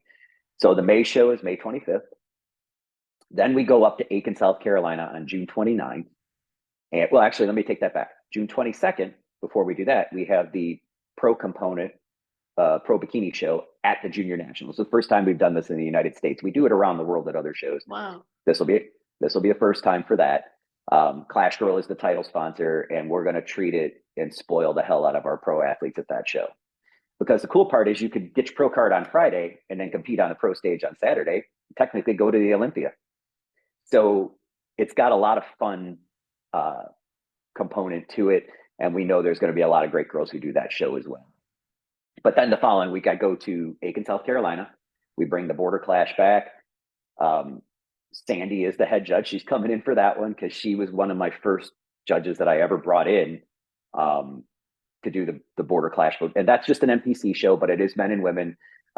We're excited about that because we always loved our time at Aiken. The city of Aiken loves having us there. They love supporting us. So they got behind us coming back, because we left during COVID and never went back there. So now we're going back. Then we skip to August 24th in Charleston, South Carolina. We do the World Clash. And last but not least, and that one Mo Newman is going to head judge as well. And then last but not least is the All South. And this year we're switching gears a little bit at the All South. So it's always our biggest Clash NPC show because of timing, because you get people getting ready for the nationals. But we're doing women's physique as our pro division, the reason we're doing that is we have a special, I don't want to call him a sponsor. He's just a friend, and everybody knows him, Bulletproof Sportswear, Ken Richardson.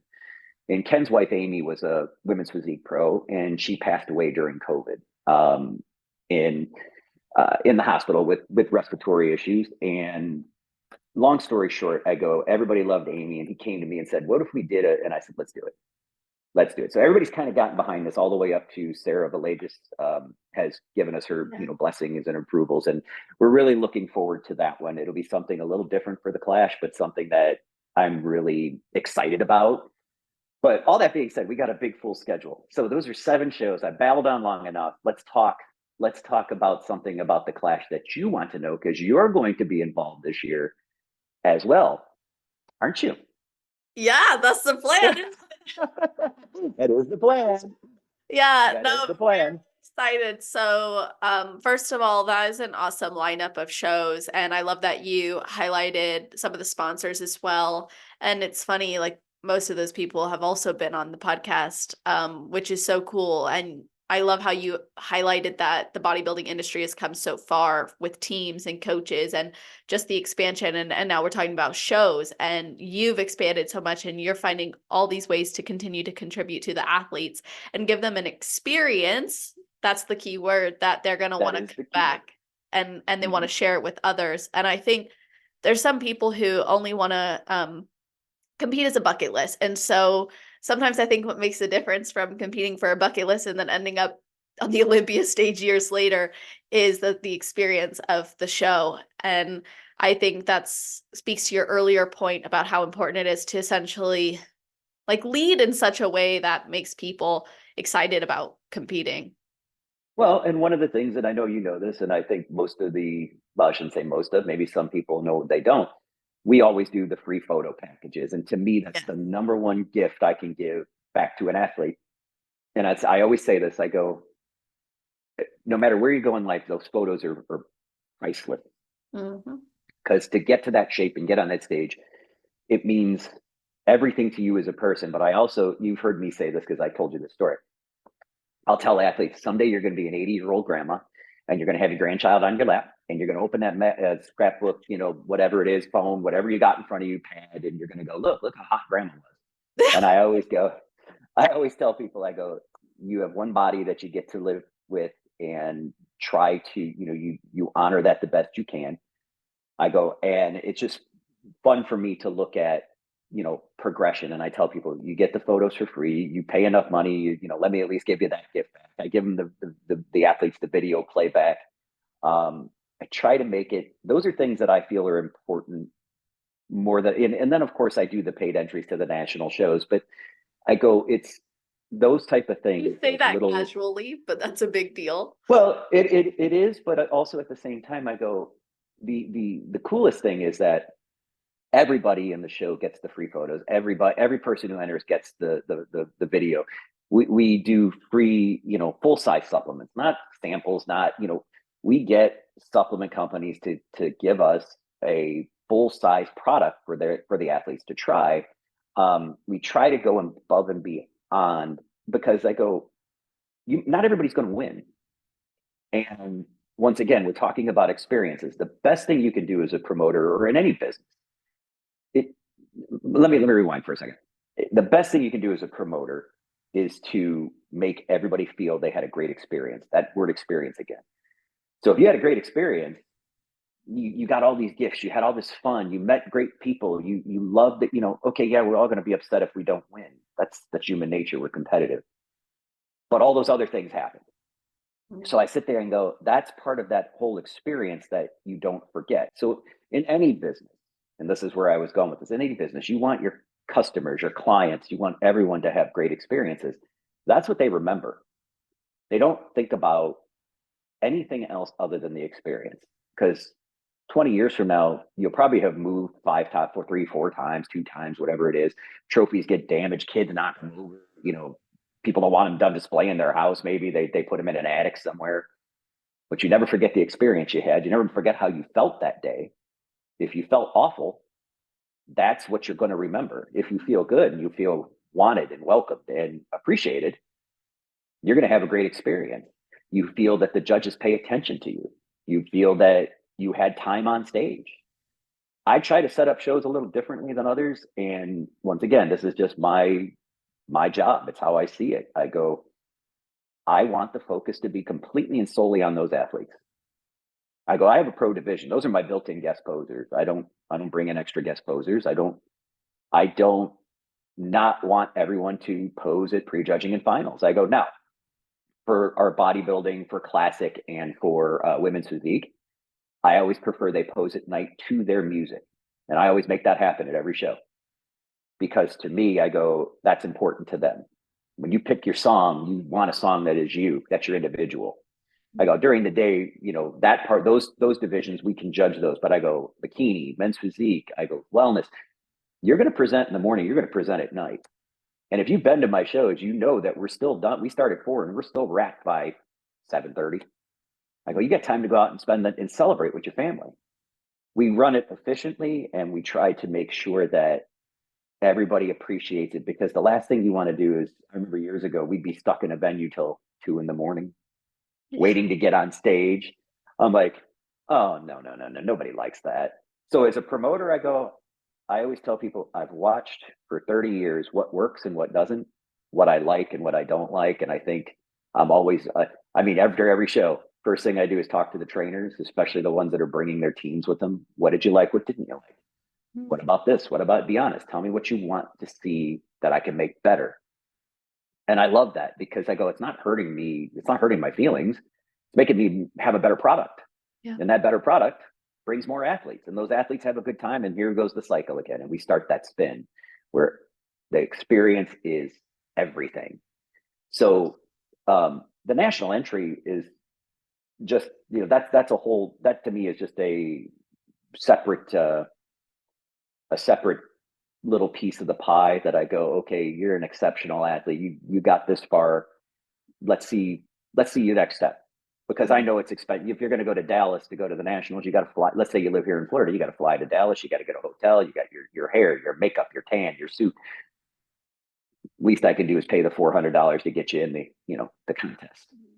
So to me, I go, that's a small give back. And once again, I pay those entries. It's so funny. Someone came to me the one time. They said, well, it's just because you have a relationship with, say, Sandy or Trey at the Junior USA.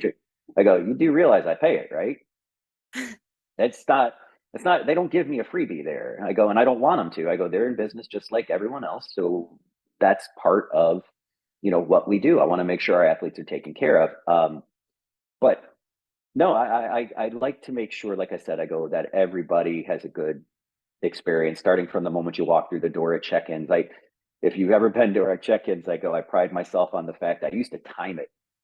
And the best we ever did was we had never had them longer than a 2-minute wait through the whole thing. Like they were in the room and out of the room in 2 minutes. But normally our time is about 5 to 7 minutes of the time you walk into the room, get heighted, go get your number, talk to the guys, make sure they clarify all your divisions. And you talk to the photographers, get your gifts, get your photos. Dan Ray, Phil from PCS. I go, James. I have a great crew of photographers that are, videographers that are just taking care of things. And we tried to make it like a well-tuned machine. And I hope that people appreciate that, because I go, it takes a lot of work. And I go, I have some of the coolest people that work, from Jess Delias to Brittany Hamilton.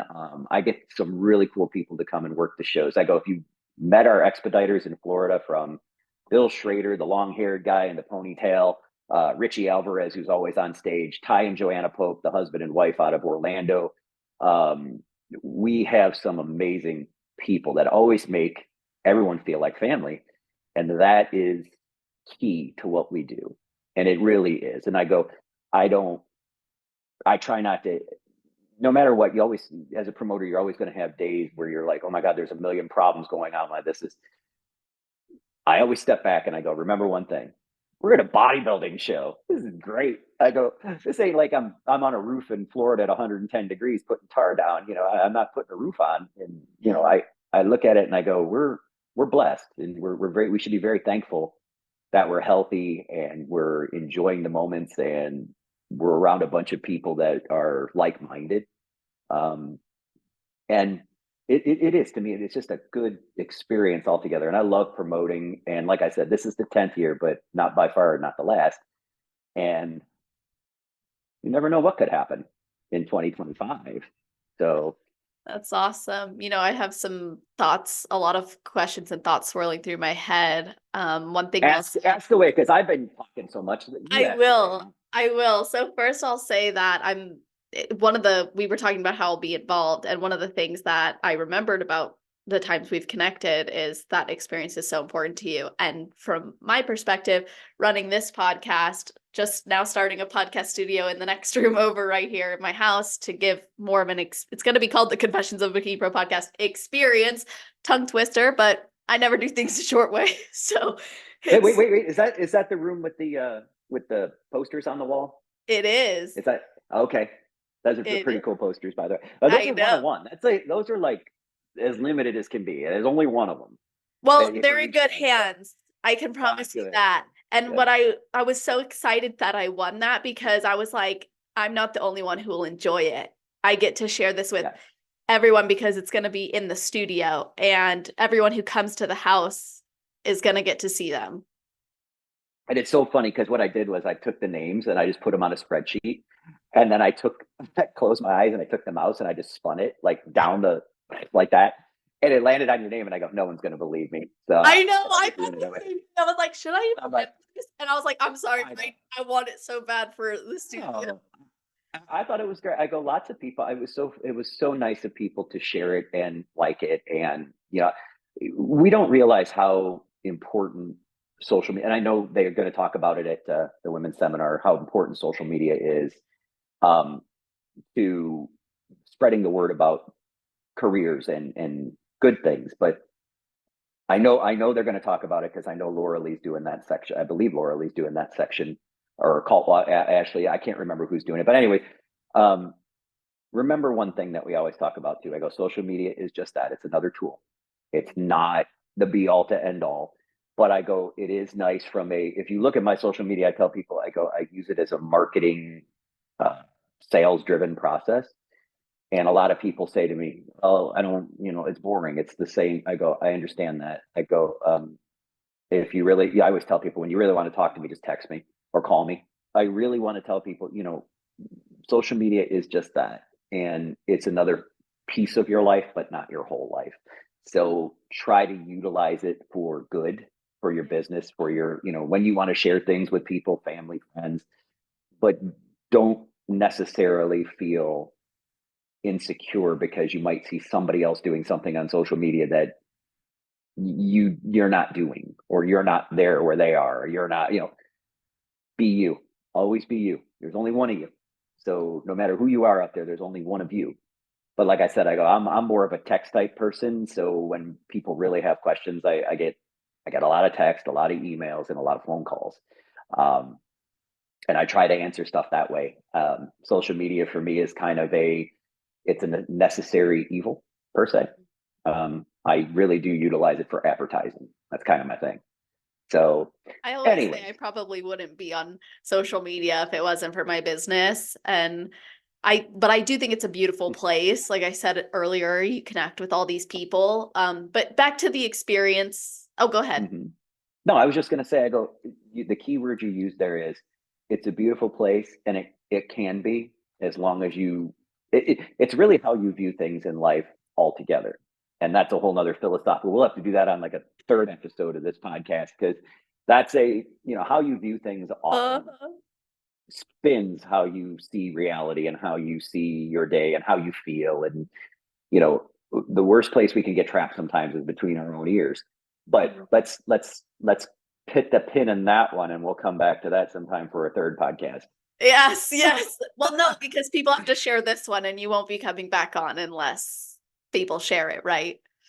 Yeah, we got to get to 1 million shares. That's I'll always come back on whenever you need. The problem is, most people will get sick of hearing me, and then you'll get diminishing returns. I got incredible feedback from our last one, so I highly doubt that. But let me just say, so part of my passion is giving an experience, is highlighting athletes beyond what they can accomplish on stage. And I see you do that too. We share this passion for empowering athletes. And so when I moved to South Carolina, I was like, Joe, what do you think about me doing some stuff with Klash, maybe like a road to Klash, maybe doing like interviews as athletes come off stage? Because I think something in my mind, I see it like, as an amateur athlete who's been in this since 2015, I'm grinding every day. I'm also natural, not that that's going to make a difference to everybody listening, but to me, that's something I'm prideful about, I guess you could say, because I'm just working really hard every day. But I see myself, and I'm like, no matter what happens in my journey as an athlete, I'll be proud of myself because I love this. I enjoy it. Yeah. I think other athletes probably feel the same way. Nothing is guaranteed, right? You can't guarantee a win. You can't guarantee a title. No. But do you remember what my answer was when you pitched the idea to me? I think, well, usually you just tell me whatever I want. No. Do you remember what I said? No. It's perfect. Let's do it. Let's do it. It wasn't even. There was no hesitation whatsoever. It was just yeah. Let's go. You said you're alluding to some special things in 2025. In my mind, I'm like thinking of all these things that could potentially happen, but something I've always wondered about is, will there be new national shows or more national shows added to the calendar? Is this something that is expanding? Is this something you're going to ever promote? I don't foresee any new national shows being added to the calendar currently. As we've grown around the world, they've added international shows, like the Amateur Olympia. Plus, we still have the Amateur Olympia here in the States. We have the Masters USA, Masters National, we have the Universe. I think right where they're at right now is kind of where that's going to stay. the opportunities for promoting national shows, that's just that's made at the top. That's not something that you know, that's way above my pay grades. I just look at it and go, my job is to always prepare the athletes where I'm at right now. And no, I'm looking at just other expansions in the Klash series. So I don't know where some of these will be. So I can't give that much information out, but there are some hopeful opportunities that are going to pop up by 2025 that we're going to be ready to take the chance on. Like I said, I have a great group of people that I work with. And we're already ready to rock and roll for this year. I go, there's very few things that I'm not already done. I mean, that aren't already done. For the most part, we're ready to roll right now. So it's now it's the exciting part. Like it's like building a building. You start with the footers and you work your way up. And we're already way out of the ground and we've gone vertical. We've dried the building in and we're ready to roll. So I go, this is the fun stuff for me, because now it's like, okay, now it's getting people trained up and on your crew, for the crews to know what to do. And this, it's a lot of work, and don't let anyone fool you. And if they say it's not, they're full of crap. But like I said, this is my retirement fund. So, hey, some people like to paint. What am I supposed to say? So this is fun for me. Now people are going to be like, wait a minute, he's not sitting in the same spot he was, and he's got glasses on. Oh, weird. Not only did his phone battery start to die, but his eyesight deteriorated. We've been talking for 5 years. You have no idea. That's not actually a wrong statement. I mean, that is true. But let's go back to where so when we piece this back together and people go, well, they moved, I'll be like, yeah, we moved. But let's talk about what you're going to do with the Klash. I think that's really important, because when we pitched the idea and we talked about it, like I said, my thought was, yes, let's do it. Yeah.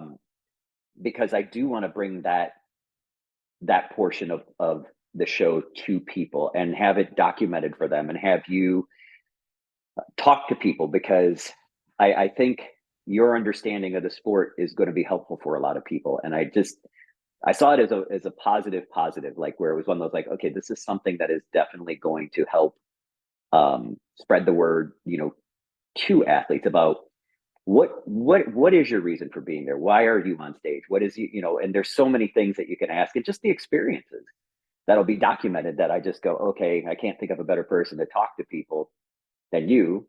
So I was like, okay, this is perfect. So I'm gonna let you roll on this one for a second. And well, thank you. I appreciate you saying that. It's definitely exciting for me, because I'll go back to like when I was really little.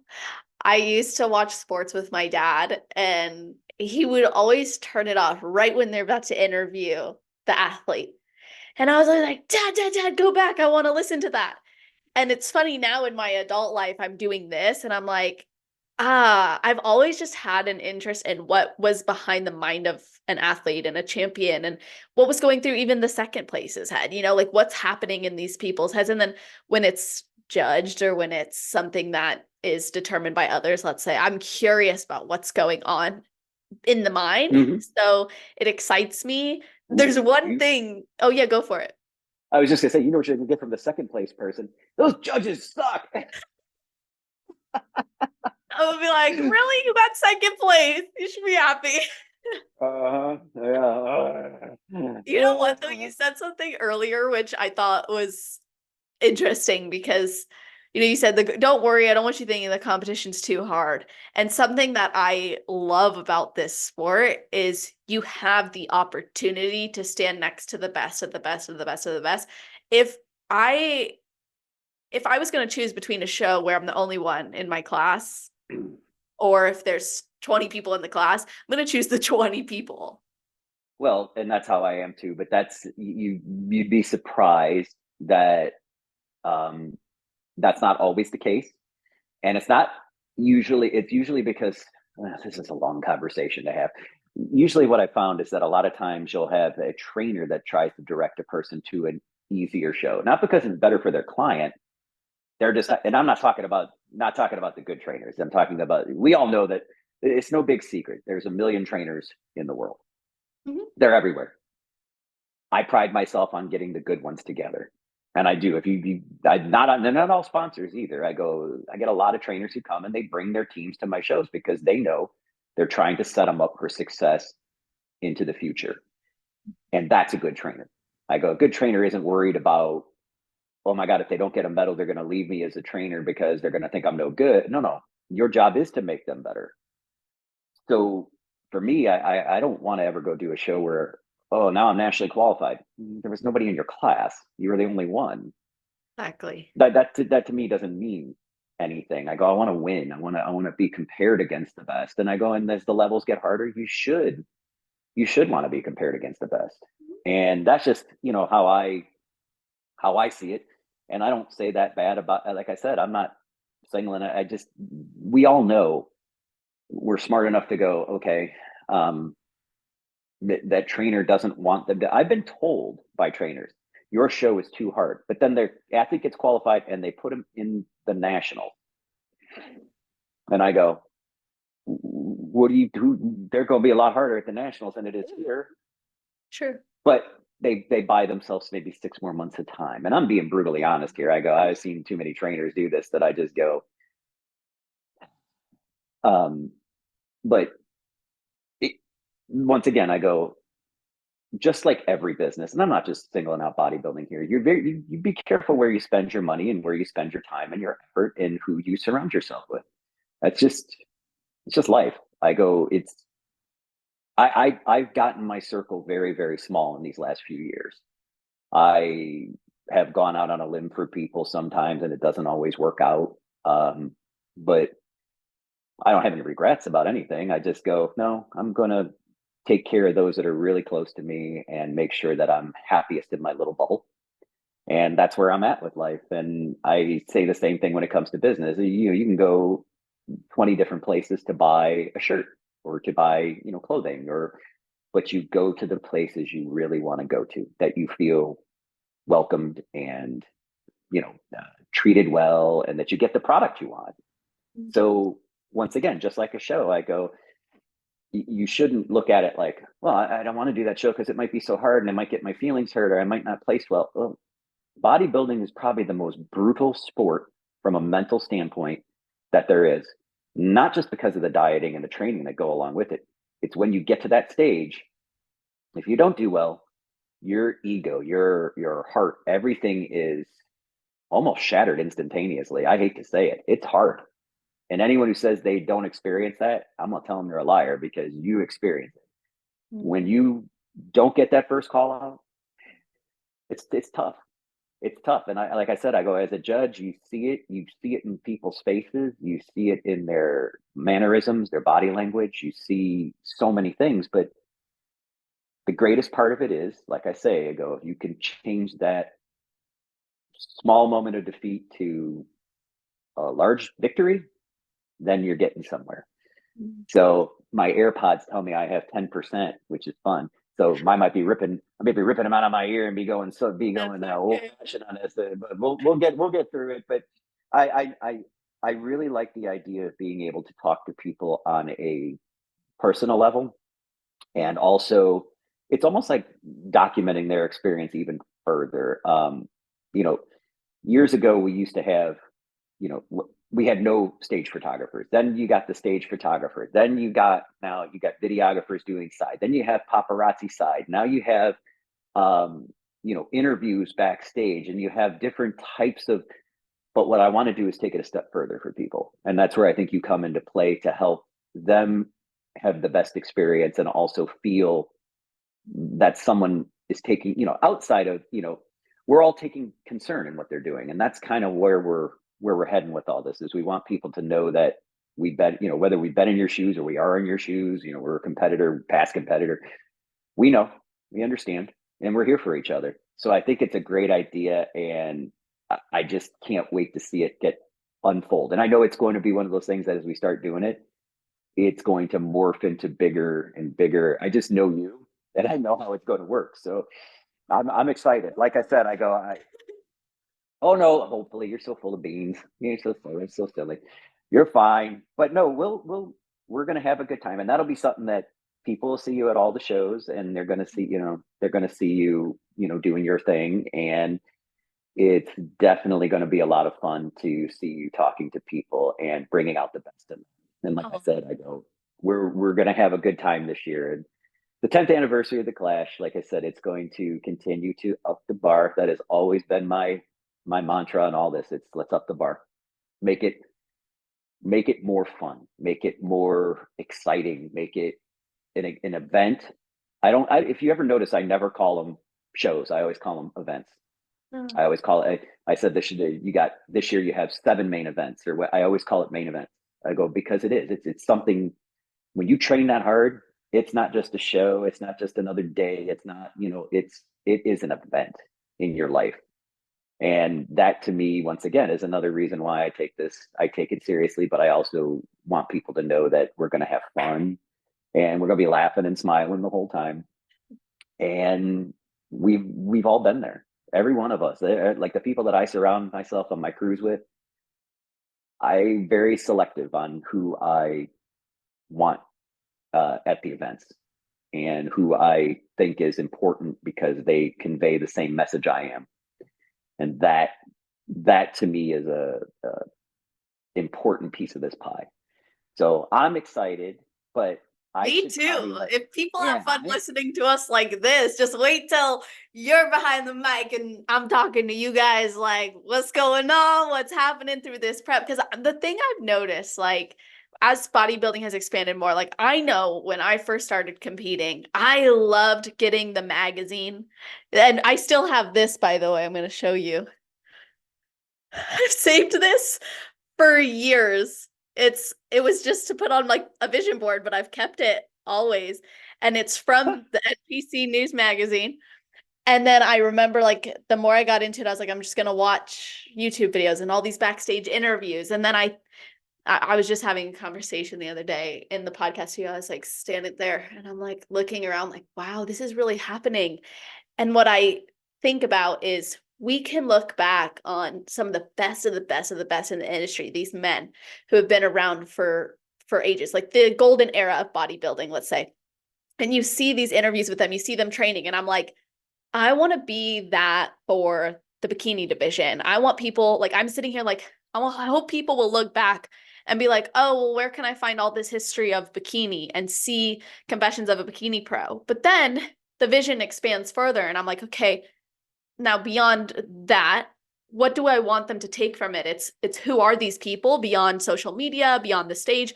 Who are they? So then when I came to you and we think about, okay, let's interview these athletes off the stage, it's because, like you said, this is an event in their life. And I love that perspective. I never thought of it like that, but we're essentially documenting an event in their life. And we're saying, what does this mean to you? Not just now, but like, and we change, we evolve over time, but yeah, it's cool to in that moment. And the other thing is, always remember, there is an impact to every person you meet every day. And I know that sounds so cliche, but I go, you can hold the door open for someone and make their day.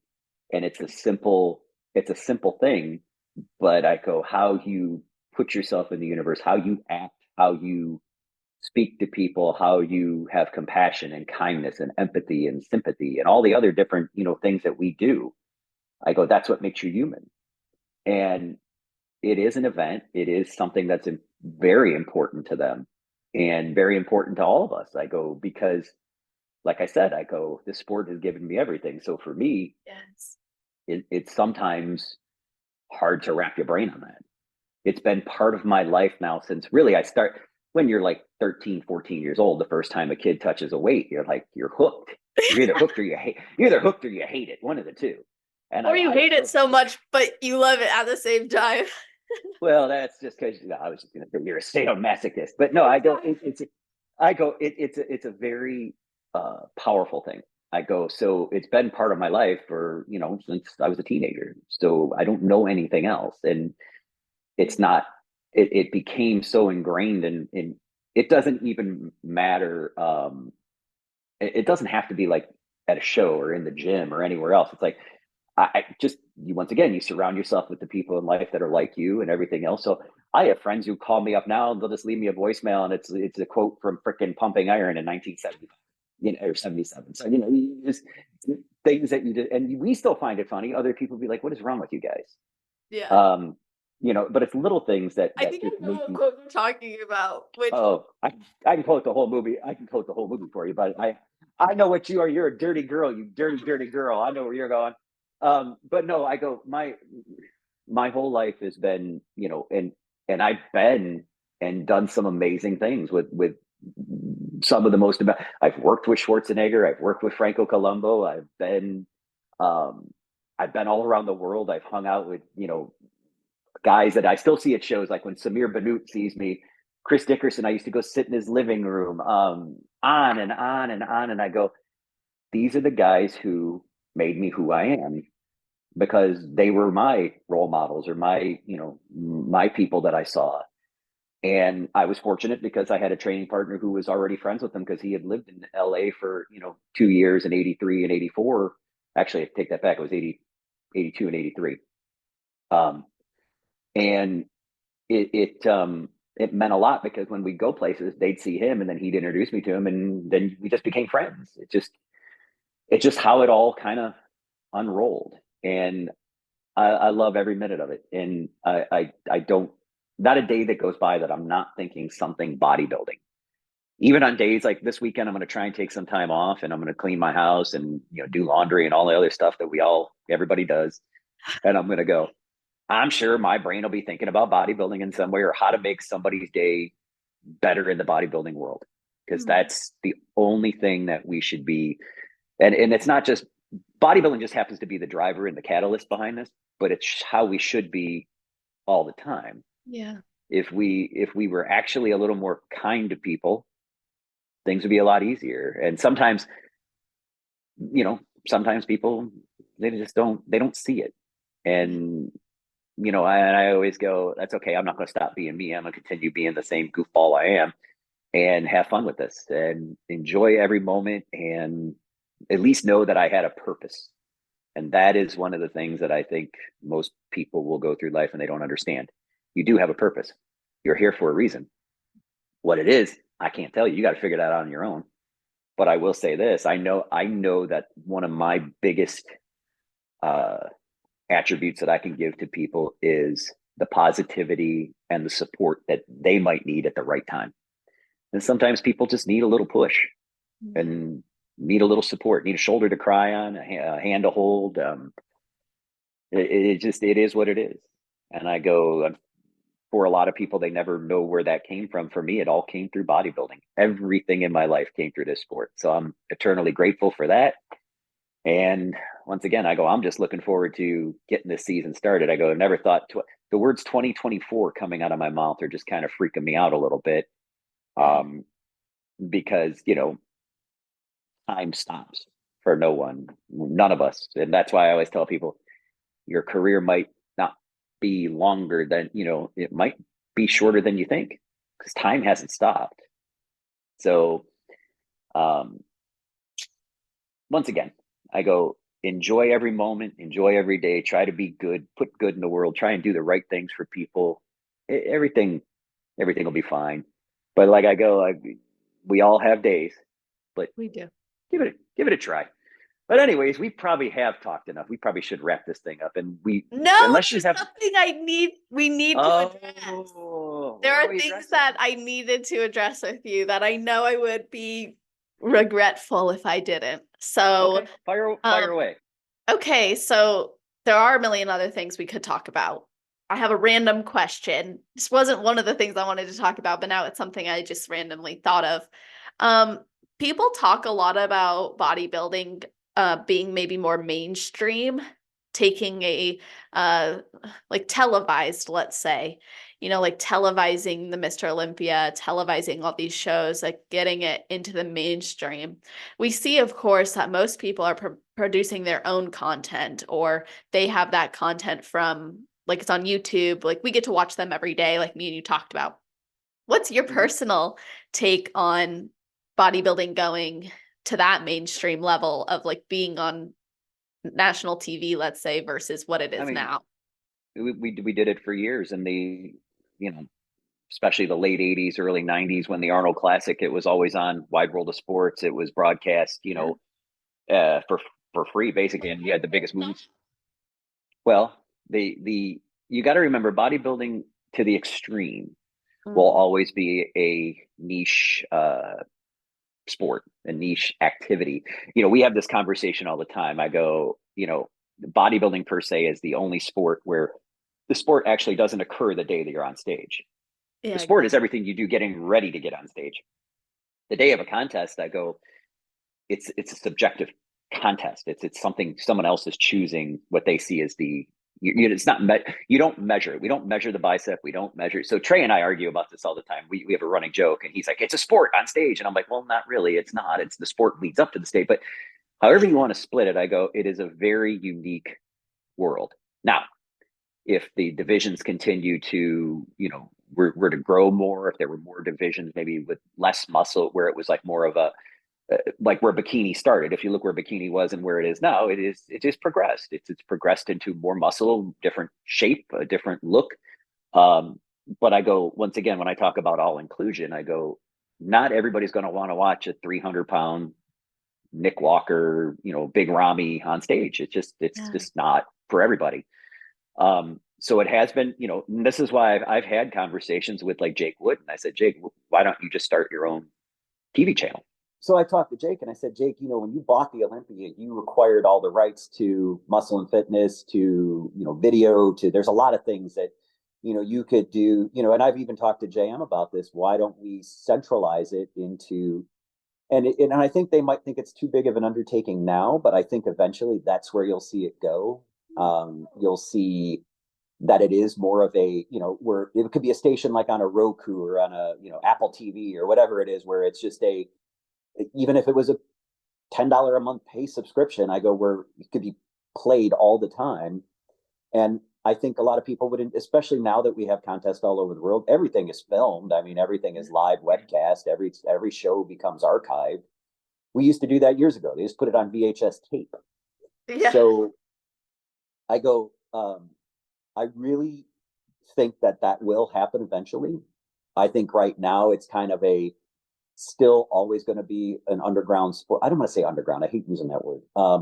It's going to be kind of its own little thing because it's not for everybody. No. Let me, I always tell people this. I go, when I was in high school, my senior year, I was 235, 240 pounds competing. I couldn't get a date in high school. You were too big? Oh, yeah. Nowadays, women are like, how tall is he? What's his weight? That sounds good. They want that. No, not everybody, but but you were considered not normal. You were considered like, oh my God, let me put it this way. They always did the weight room test and everything else. And it was like, the football players be in there and the kid would be like, hey, he just squatted 405. I'd walk in and do it for 15. Yeah. And I didn't play because I was working a job in high school and going, and competing. That was my thing. All I wanted to do was lift and, but back then you were considered an anomaly. Like, well, why is this guy even, I couldn't fit into a pair of jeans my legs were 31 inches around. Yeah. So I couldn't get my legs through jeans. There was no way. Either. So I go, but women did not find that attractive back then. I thought it was funny as hell. That's crazy. You know what? In high school, for me, I would carry around my Tupperware and my water jug, and people looked at me like I was crazy. Like when it was off-campus lunch, I was taking a nap in my car because I was up at 4:30 a.m. either doing jujitsu or most of the times I was in the gym lifting. Then I would have school, and then I'd have volleyball practice, and then I'd be coaching volleyball. So during my lunch break, I'm like chugging my water, of course, throughout the day. I've already eaten most of my Tupperware. I'm like, perfect, I'm going to take a nap. And people thought that was strange. Or they were like, oh, Celeste is trying to be like a football player. She's carrying around a gallon of water. It's like, no, and people were giving me hate in high school, like commenting on my videos of me in the gym and stuff. And I was like, I don't care. To me, this is who I am now. Well, so I was always eating. I mean, food always in my, and I remember we were in 10th grade biology class, and I had a turkey in one piece of turkey in one hand, and I was dissecting a frog with the other. I didn't care. Oh no!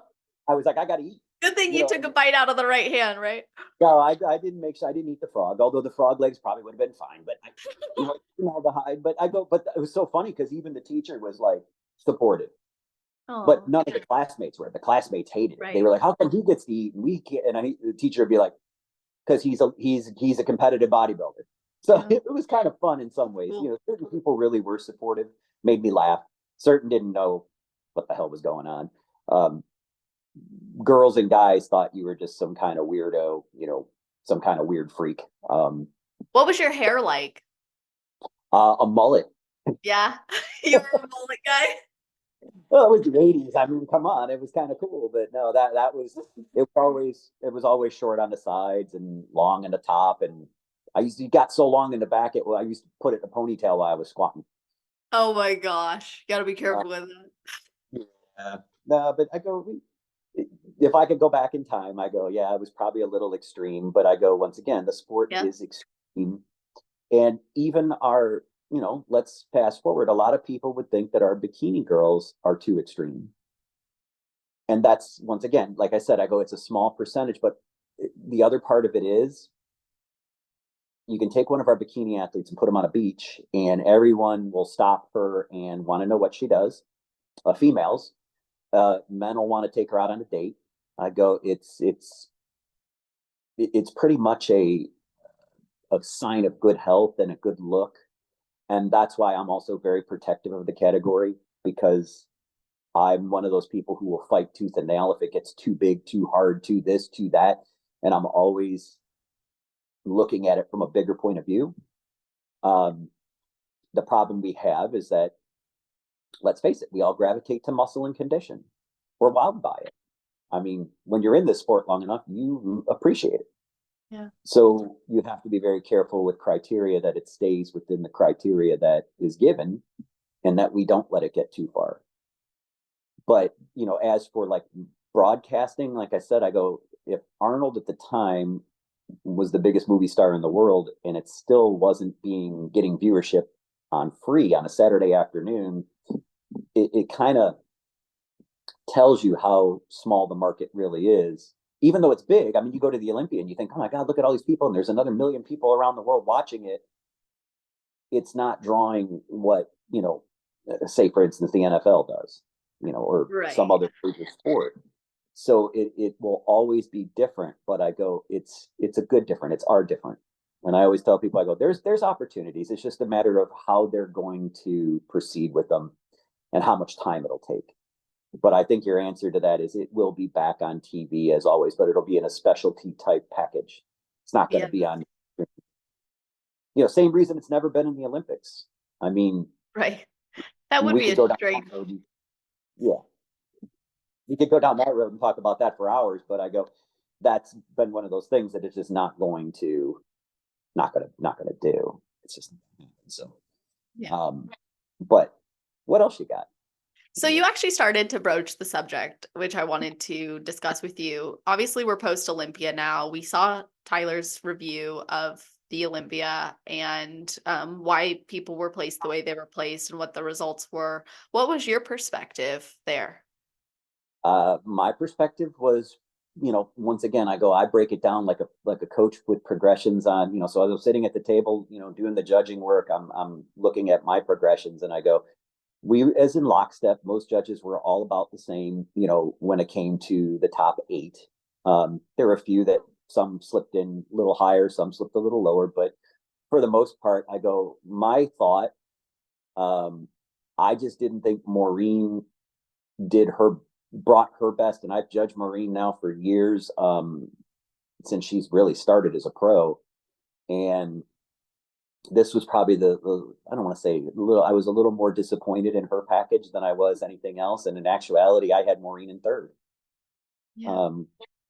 And I had Kaltwasser in second and I had Dory in first. And my reasoning behind it was, I go, that was a good look for me to help grow the sport. Yeah. And she was where she needed to be. So, and of course I have critiques for Jen, and Jen and I talk and I tell her, what I think. And little things that she can do still to improve. And she, she's so funny because I've had the conversation with her. I said, Jen, if you don't get somewhere in time, sometimes your lower legs swell. I mean, you notice things about athletes that you have to kind of keep them cognizant of. And you say, okay, get wherever you're going a week or two early, put your feet up, do this, do that, take care a little different in the hair and the makeup next time, but it's all these little things that add up at that level because it's so close. Those top, I tell people first off that the Olympians all together are close, but the top 15, you're splitting such hairs to try and find that imaginary criteria that you're looking for. But I mean, I looked at it and I go, no, I was very happy with Jen as my choice for winning it. And Kaltwasser is always consistent. And that's what I love about Ashley. She always brings her best. And sometimes it's a hair better, sometimes a hair worse, but it's always consistent. So that's what I saw at the Olympia. I mean, once again, I had a great candor. Yeah, I liked your candor. I think that's very important because we need to hear from a judge's perspective, like what's going through your head. And something that I think a lot of what I see in different groups and perspectives on it is it's everybody's body type is also different, or their shape is different. And bikini's unique in that. I just had this conversation with Sandy yesterday. I said, take our top 5 at the Olympia. You have an apple, a banana, a pear, plum, and a peach. I go, you got 5 different shapes up there. Each one is a little different, but all of them are killer. I go, so now it's our job to kind of put it together. And that's why you also have at the Olympia, you got 13 judges because, you're also looking at it from a bigger perspective. And I go, and all those judges on that panel, they all know they're good judges. So I go, they all know what they're looking at. And they might say, well, but she's got a little less this, or her shoulders are a little bit too big, or her, glutes aren't round enough here, or she's not tight enough there. Or so it does get talked through, and it's well thought over.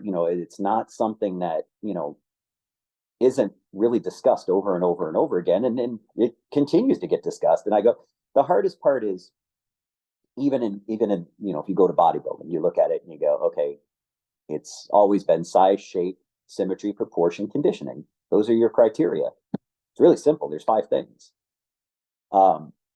Sometimes people can get wowed, like especially a spectator, and it's just, you're looking at it and they go, well, but he's the biggest guy. And I go, yeah, but that doesn't necessarily mean he's the best guy. So, with our bikini athletes, we might have one that's a little more athletic than another one. She's got a more athletic shape, more athletic, like Camille. Camille was always a more athletic body. And then you have the rounder shapes, the going back a ways here, because I like to stay, kind of historical perspective here. You had the Jen Ronzidis and the, athletic, but more round, more shapely. Angelica was that way. And I look forward to seeing how Angelica looks coming back at the Arnold this year. I can't wait. But I go, it's a different, each body is very different. And it takes it into the, the hardest part is then, people say, well, how come at this show? And it's like, you do understand that each show is different too. And each body is different, and stage lights, different things. There's so many things that, simple as to how they're tan or how their glutes are oiled, that can make a huge difference when they hit that stage. I go, in some days it's just your day. You're right on. You carb to the right point. Your body fat's low enough but not too far. Everything is popping, and boom, it's just what happens. I go, in other days the consistency is not there. So I go, it's a very hard. Bikini is by far the hardest division for people to judge because of it's not as simple. It's not as cut and dry. But those criteria, they stand. They really make sense if you know them. And if you read, I tell people all the time, go read the criteria on, NPC News Online. And they go, yeah, but you picked a girl who had, like for instance, here's a women's physique and she had striations on her. And I go, yes, she did have some. It allows for some, but shouldn't be overdone. And you also have to start weighing that now. Okay, what about the rest of the physique? Was the size there? Was the shape there? Was this there? Was that there? And as a judge, I always tell people, I go, if you were to ask me my personal opinion, because this is personal opinion doesn't weigh in when you're comparing to criteria, I'm a shape person. So for me, the shape of the body, especially in our female divisions, is more important than hardness. That's just me. Now, I have to remember, you still have to be in condition. So I can't just say, well, she's got better shape. I can't do that. But I can look at it and go, if the combination is there, that shape is going to carry her through. That's how I view it. And that's my interpretation of the criteria. So I see it as important. Everything is important, but I also see it as, if you don't have, it's called bodybuilding for a reason. You have to have muscle. Yeah. Have shape. So it's not, Jim Mannion himself looked over at me one time sitting at a judge's table, and he goes, and someone was saying how great the guy was and it was a man who, he was so in condition. And Jim's words were, it's not a diet contest. Because the guy didn't have the shape, the muscle bellies, all the things that bodybuilding, especially men's bodybuilding, is looking for. So you can't pick one thing and not make, I call it the word composite. There has to be a composite to the physique. It has to be overall pleasing and overall all there. You can't have one piece with it. Pieces, parts don't. If anything, I've learned over the course of time, don't get wowed by like a guy with big biceps when he has no back and no legs. Or the girl with the really tiny waist, but no shape. Nothing. Yeah, no shape otherwise. See, flat glutes, no, tiny waist. But I go, you have to have muscle. It is bodybuilding, and it will always be bodybuilding. So, but I had fun at the Olympia this year. I think I do every year. This, like I said, was the 6th year in a row I was asked to do it, and to me that was a nice honor. I look at it and I go, it's such a spectacle, and watching the stage productions and getting to know the people that run the show, being friends with Jake and Tamer, and and seeing how they work that whole weekend, it's amazing. There's just so much going on and so many people responsible for so many parts, but it really is a large undertaking. And now next year we go back to Vegas, and I don't know. I enjoyed it when it was here in Orlando because it was 45 minutes from my house. We'll as everything, it moves back next year into October, which makes it a little earlier in the season. I'm looking forward. Like I said, 2024 has got a lot of great things coming up, and a lot of great shows too, and a lot of pro shows too. So we're all going to be a busy bunch of workers for sure. Joe, do you see any, like, if someone were to bring their best, like they could maybe be an up and comer, if you want to say that, or they could like really crack through, any standouts from this year, whether that was at the amateur level or the pro level? Yep, absolutely. I mean, look at the girl, the one who won her name is Sharon Ramos. Sharon won the All South, gets her pro card 3 days later at the Olympia Amateur, wins the overall, then goes to Timmy's Atlantic Coast, and I think she placed 3rd in the pros. I mean, just that, and we've seen that. I mean, we've seen a lot of great athletes that when you're good, you're good. There's no denying you. And I go, listen, the word I use this word a lot when I talk to athletes. You want to win? And they go, yeah. And I go, then be undeniable. I go, then you can't say, well, you picked her. Maybe we were about the same, but you picked her because she did better at a contest before me, or she won, was 10th at the Olympia last year. Beat her. Be undeniable. I go, make it so that I can't take my eyes off of you on that stage. Make it so that everybody looking at it goes, well, there's your winner who's 2nd through 10th. What's the wow factor for you, though? I know you said shape, but what is it that you think captivates a judge and makes them like, I can't look away from this person? Are we still talking bikini, or are we talking overall? Let's talk bikini, but also share your thoughts overall, because maybe there's a theme there. Yeah. So bikini is, when I say the word composite, I go the shape, the conditioning, the actual how you look, and then of course down to how you pose. I go, I see a lot of really good posers and I see a lot of bad posers. There's some girls who can't walk in heels and they're at the Olympia. But I go, those are little things that they all play into your brain. But when someone has it and they just have that moment where it's like, okay, I'll never forget, it was the Tampa Pro a couple years, maybe 3 years back, whatever it was. To me, Jen Ronziti walked out on stage and it was just a wow factor. To me, it wasn't even like, I could not take my eyes off of her conditioning, her shape, everything that day, down to her hair, makeup. I mean, everything was spot on. So for me, that was an easy, that's who I was going with. I never wavered. The panel ended up splitting and Jen Dory won that day by 5 points. And I go, it was huge for her.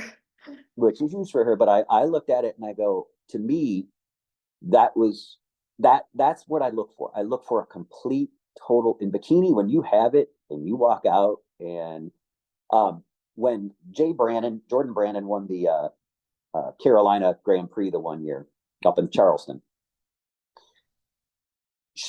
her and Jody Yunker were actually neck and neck going into finals. She walked out at finals, and I don't know what it was. It was almost like I tease her and her husband Drew all the time. I say it was like there was a glow around her. I go, she just walked out, and I leaned over to Sandy and I go, well, that's done. Yeah, that's awesome. And it's just I call it the it factor. I go, when you have that it factor, and all of our girls do. I go, it's just some days it's almost like it all falls together. I go, and as a judge, when they walk out, you go, yep, there it is, 100%, and it just happens. It's so hard to explain. I go, when a girl is on in bikini, and it's like, just there's something about everything. It's like it's all there. The shape is there, the fullness is there, the tan is there. Everything is exactly the balance, which is probably the most important word you could use in bikini. And God forbid if I didn't bring that word up. I go, to me, just like anywhere else in bodybuilding, balance is so important. But I go, when they're balanced and the physique is on and the conditioning is right, and then all the other ancillary pieces are there, like I said, the tan, the hair, the makeup, the walk, the posing, I go, you ain't gonna beat that. When it's all there and it all falls into line on that day, that's it. So I go, bikini is a definite it factor. And when all those things come, it comes in a big force. I go, it really does. And like I said, that's why I tell athletes, if you're really worried, don't give yourself things to worry about. Just be undeniable. And that's easier said than done, obviously, but that's kind of how I view it. I go, you just got to make it so that we can't take our eyes off of you. And that can go for any category. If you walk out on stage and you're a bodybuilder and your quads and your back and your arms and everything is balanced, and you're etched and you're striated and everything is perfect, it's your day. If you're in balance, you're gonna win. It's hard to beat that. It's really hard. So once again, I go, it's a subjective thing.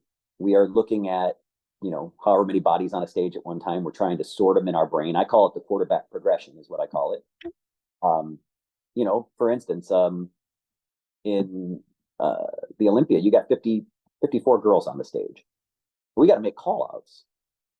And as a judge, the one thing you always want to see is that I don't care if you stop judging at 15 or not, everybody becomes quote unquote 16 and under. I go, what you have to realize is that when I make those call outs, each group should be like, kind, and quality. Hold on for 1 second. I got the FedEx man at the door. No worries. No worries. Rings. I'm not sure. Oh, if it's the Tiffany rings, you should show us. I'm not sure if that's what it is or not. Uh-oh.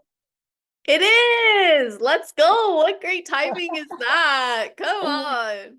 Well, you got to explain to everybody why this is happening. I know why it's happening, but can you explain to everybody why? Yeah, I mean, every year at the Klash for our Open Pro, they not only get the Olympia qualification, the prize money, all the other happy, fun stuff, trophies, and, the champion belt and everything else, but they also get from Tiffany Jewelers, they get one of these really cool Tiffany rings. So beautiful. I'm trying to get it so it's close enough so you can see it without being blurry, but maybe put your other hand behind it. Oh yeah, that's good. There you go. They are really pretty. That's awesome. Well, it's a nice thing to be able to keep that will always last, as opposed to maybe the trophy that breaks when you move. Well, I always tell them it's the wearable trophy. I always go, you can wear it all year round. But I go, and tell me one girl who doesn't like Tiffany jewelry? I've never had it, so I don't know, but I'm sure I would like it. Comes in a really pretty blue. I go, they're all beautiful. I go, each one's different. I'm kind of a jewelry snob too. David Yurman, I go, no, I like jewelry is always great. But once again, like I always say, I go, it's the meaning behind it. So like, no matter what, these girls will always go, I won that contest. I can wear the thing, and it reminds me of that win. So for me, I go, it's meaning. Everything is meaning. I go, that's kind of how you have to live your life. It has to have some type of importance. Well, I'm gonna be wrapping this up anyways, because I'm gonna call in like 20 minutes. But let me ask you another question, or kind of just explore one other subject. So first of all, that was a great review on balance, and I want to share that I used to see balance differently than when I spoke with you for the very first time. So when I spoke with you for the very first time, you looked at my stage shots and you put your hand over my upper body, and then you put your hand over my lower body. You're like, your lower body looks like a pro's legs. Your upper body doesn't look right. And I was like, okay, now I get it. Because for me in the past, I thought balance was like, you have this shape of a bikini competitor, and like, that's what you need, is like this hourglass shape, this beautiful S, like everything. But then I realized balance is also how conditioned are you on top, and is that matching the bottom? How full are you on top, and is that matching the bottom? I started to see it after that conversation. I was like, something clicked where I was like, okay, it's better to bring something that matches top to bottom than to bring something that's like incredible bottom and then really great upper, but it looks off. So I learned from that. Remember what I just said a few minutes ago? I said you can be wowed by a body part. And, a great example will be, and this can happen, you'll see it happen. She had the best glutes on stage. And I've looked at judges and I go, okay. And she has no shoulders, nothing up top. Her legs are too small for her rest of her body, et cetera, et cetera. I go, so there is no balance. So she might have great glutes. So she's got a part, but she's not complete. And to be honest, I go, it's the rest of we're looking at your whole body. We're not just looking at it's not a best glutes contest. Right. And that can be said in bodybuilding. You could say, well, it's not a best bicep contest. It's not a best pecs. It's not, it's not a singular part. It is the body as a whole. So I know we got to get going here and wrap this up, but I'm just going to leave you with this. When I was brought up in bodybuilding, in the guys that, obviously were with me were guys who were 10, 20 years older than I was. They instilled in me, they always said, your neck, your arms, and your calves should always be within 1/2 inch of each other, or approximately the same size. Because there was an old bodybuilder named Steve Reeves, the one who was Hercules and all the other stuff. He was Mr. America in the late 40s. And then he became, an actor and he was like the first Arnold. And his neck, his arms, and his calves were all the same size. They were 17.5 inches. And they considered that the most proportional man on the planet. And once again, as we've grown into time, arms like this part of your arms, or like this part? His biceps around his arm. Yeah. So if you made a muscle and you threw your bicep up, they measured it. It should match your neck, and it should match your calves. That's interesting. Yeah. So it was proportion. It was how your body looks when you stand. what we're supposed to do in bodybuilding is create a moving piece of artwork. And I use this analogy a lot. I tell athletes all the time, you're a moving piece of art on stage, because that's really what you are. You're building a sculpture. That's such a beautiful thing to think of yourself too, just to interject. I really like that way of thinking about yourself. And I try to explain to people, I go, you're a moving piece of art, and you're always constantly trying to balance and perfect. Whereas a sculptor can take, that clay or or stone and chisel it. You have to build the tissue. And I've had girls that'll say, but my glutes are good. And I'll say, yes, but you need to actually build the tissue. And they pause and they go, no one's ever put it like that. And I go, it takes time to build tissue. Just like if you said to me, I need to have bigger biceps, I have to train them and I have to grow them. It's not going to get bigger by just eating food or dieting. That's not going to build the tissue. I go, so if you have flat glutes, you have to build them rounder. And it's something that takes time. Everything we do, we picked a sport that has no end. And it's actually it's a cruel sport, because the older you get, the harder it is to build tissue or to maintain. So I go, it's a very interesting world we live in. But I go, it's something that proportion and balance, and they're so important in how I view it, and in the criteria that I have in my brain, that's what I view. And when athletes get up there, I look for that probably right off the rip. And like I said, when everything is in line, then you got a slam dunk. And that's the fun part of what we do. I always say judges' jobs are like putting a big puzzle together. And if you like doing puzzles, or you like challenges like that, those like little mental challenges, it's a great job for you. Eye to detail. I always say most of our judges should probably be professional detectives, or something like that, because they have eyes for detail that catch little things. And it's the little things sometimes that are separating at that highest level who's going to do well and who's going to be first and fifth. So anyways, we should probably wrap it up. We've done a lot. I just really wanted to highlight the type of impact you've made in not just my life, but others. And because you take the time to give such great feedback and insight, it's able to then touch other people. And that's how we can, I think, maintain a standard that we all know we're supposed to be working towards as athletes to bring our best. And that conversation with you really has formatted a lot of my approach in this improvement season. I also think about your analogy with the lean meat when you go to the grocery store. You remember telling me about the lean meat? Of course, yep. I'm like, how your body builds muscle, how it builds fat, how it, it's just, it's interesting to watch, people when you say something like that and they really think about it and they go, you're right. If I took a pound of meat and I put it all over this portion of it, doesn't seem like a lot. It doesn't seem like it's going to make a difference, but it's a huge difference. Small amounts of muscle tissue are big. I go, it can reshape your entire body, and that's the whole goal of what we're doing. So it's just, for me, like I said, it's a never-ending inquisitive study on how we perform, how we look, how we build. And like I said, I go, we are active sculptures, so it's kind of fun to watch and see, especially when you get to know athletes, which I have over the last 10 years or whatever. It's fun to watch them change and see what they look like now. Or I use these words a lot. All right, let's reshape it. It can be done. Yeah, you're fighting genetics, sure, but you can still change your look. You can still change your body. I go, and bikini is an interesting area for that as well, because we might say, oh, you got too thick in the waist, or you got too much muscle up top, or your legs got too big, or this. You can change it. I can't tell you how many of our pro bikini girls I know that really don't do too much work for their upper body because they're already at the max capacity.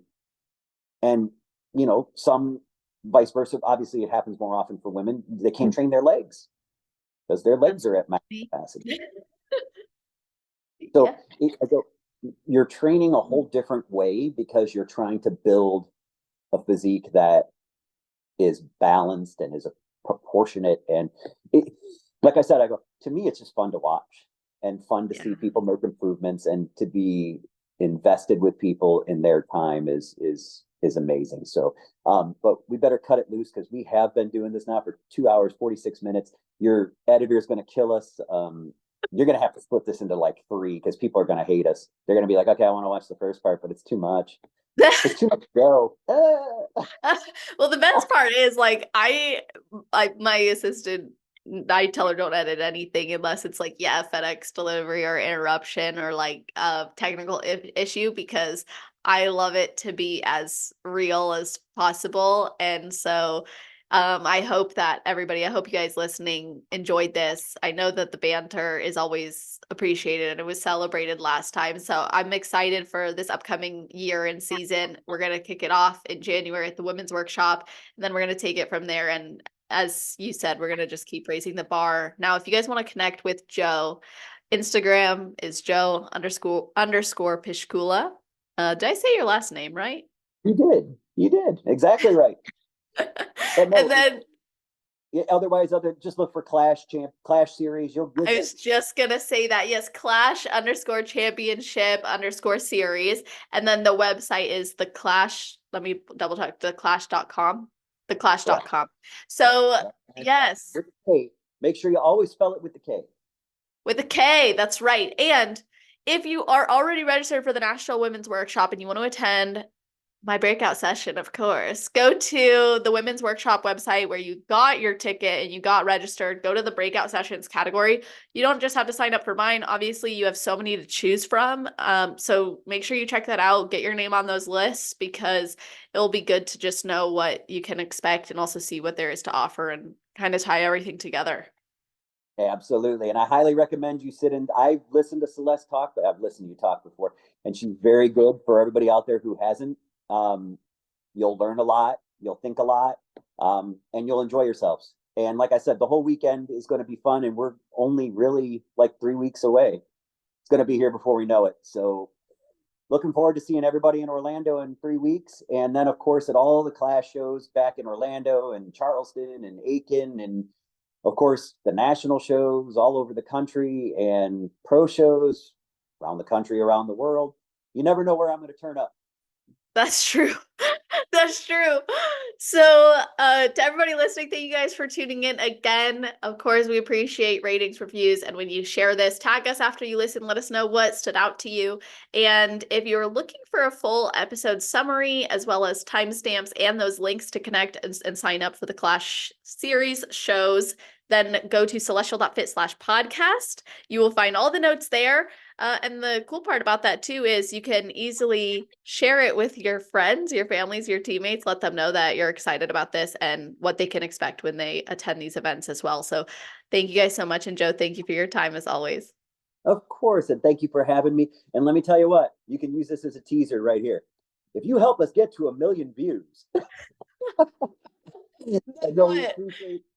we appreciate everybody out there, and I know on behalf of the NPC and of course the IFBB Pro League, the Klash series, obviously Jim and Tyler and all of our leaders, we're very appreciative for all of you, and we're very thankful. So I look forward to having a great year, and let's go in 2024 and have a good time, and keep training hard, keep eating right, and keep living it. I'll see y'all soon.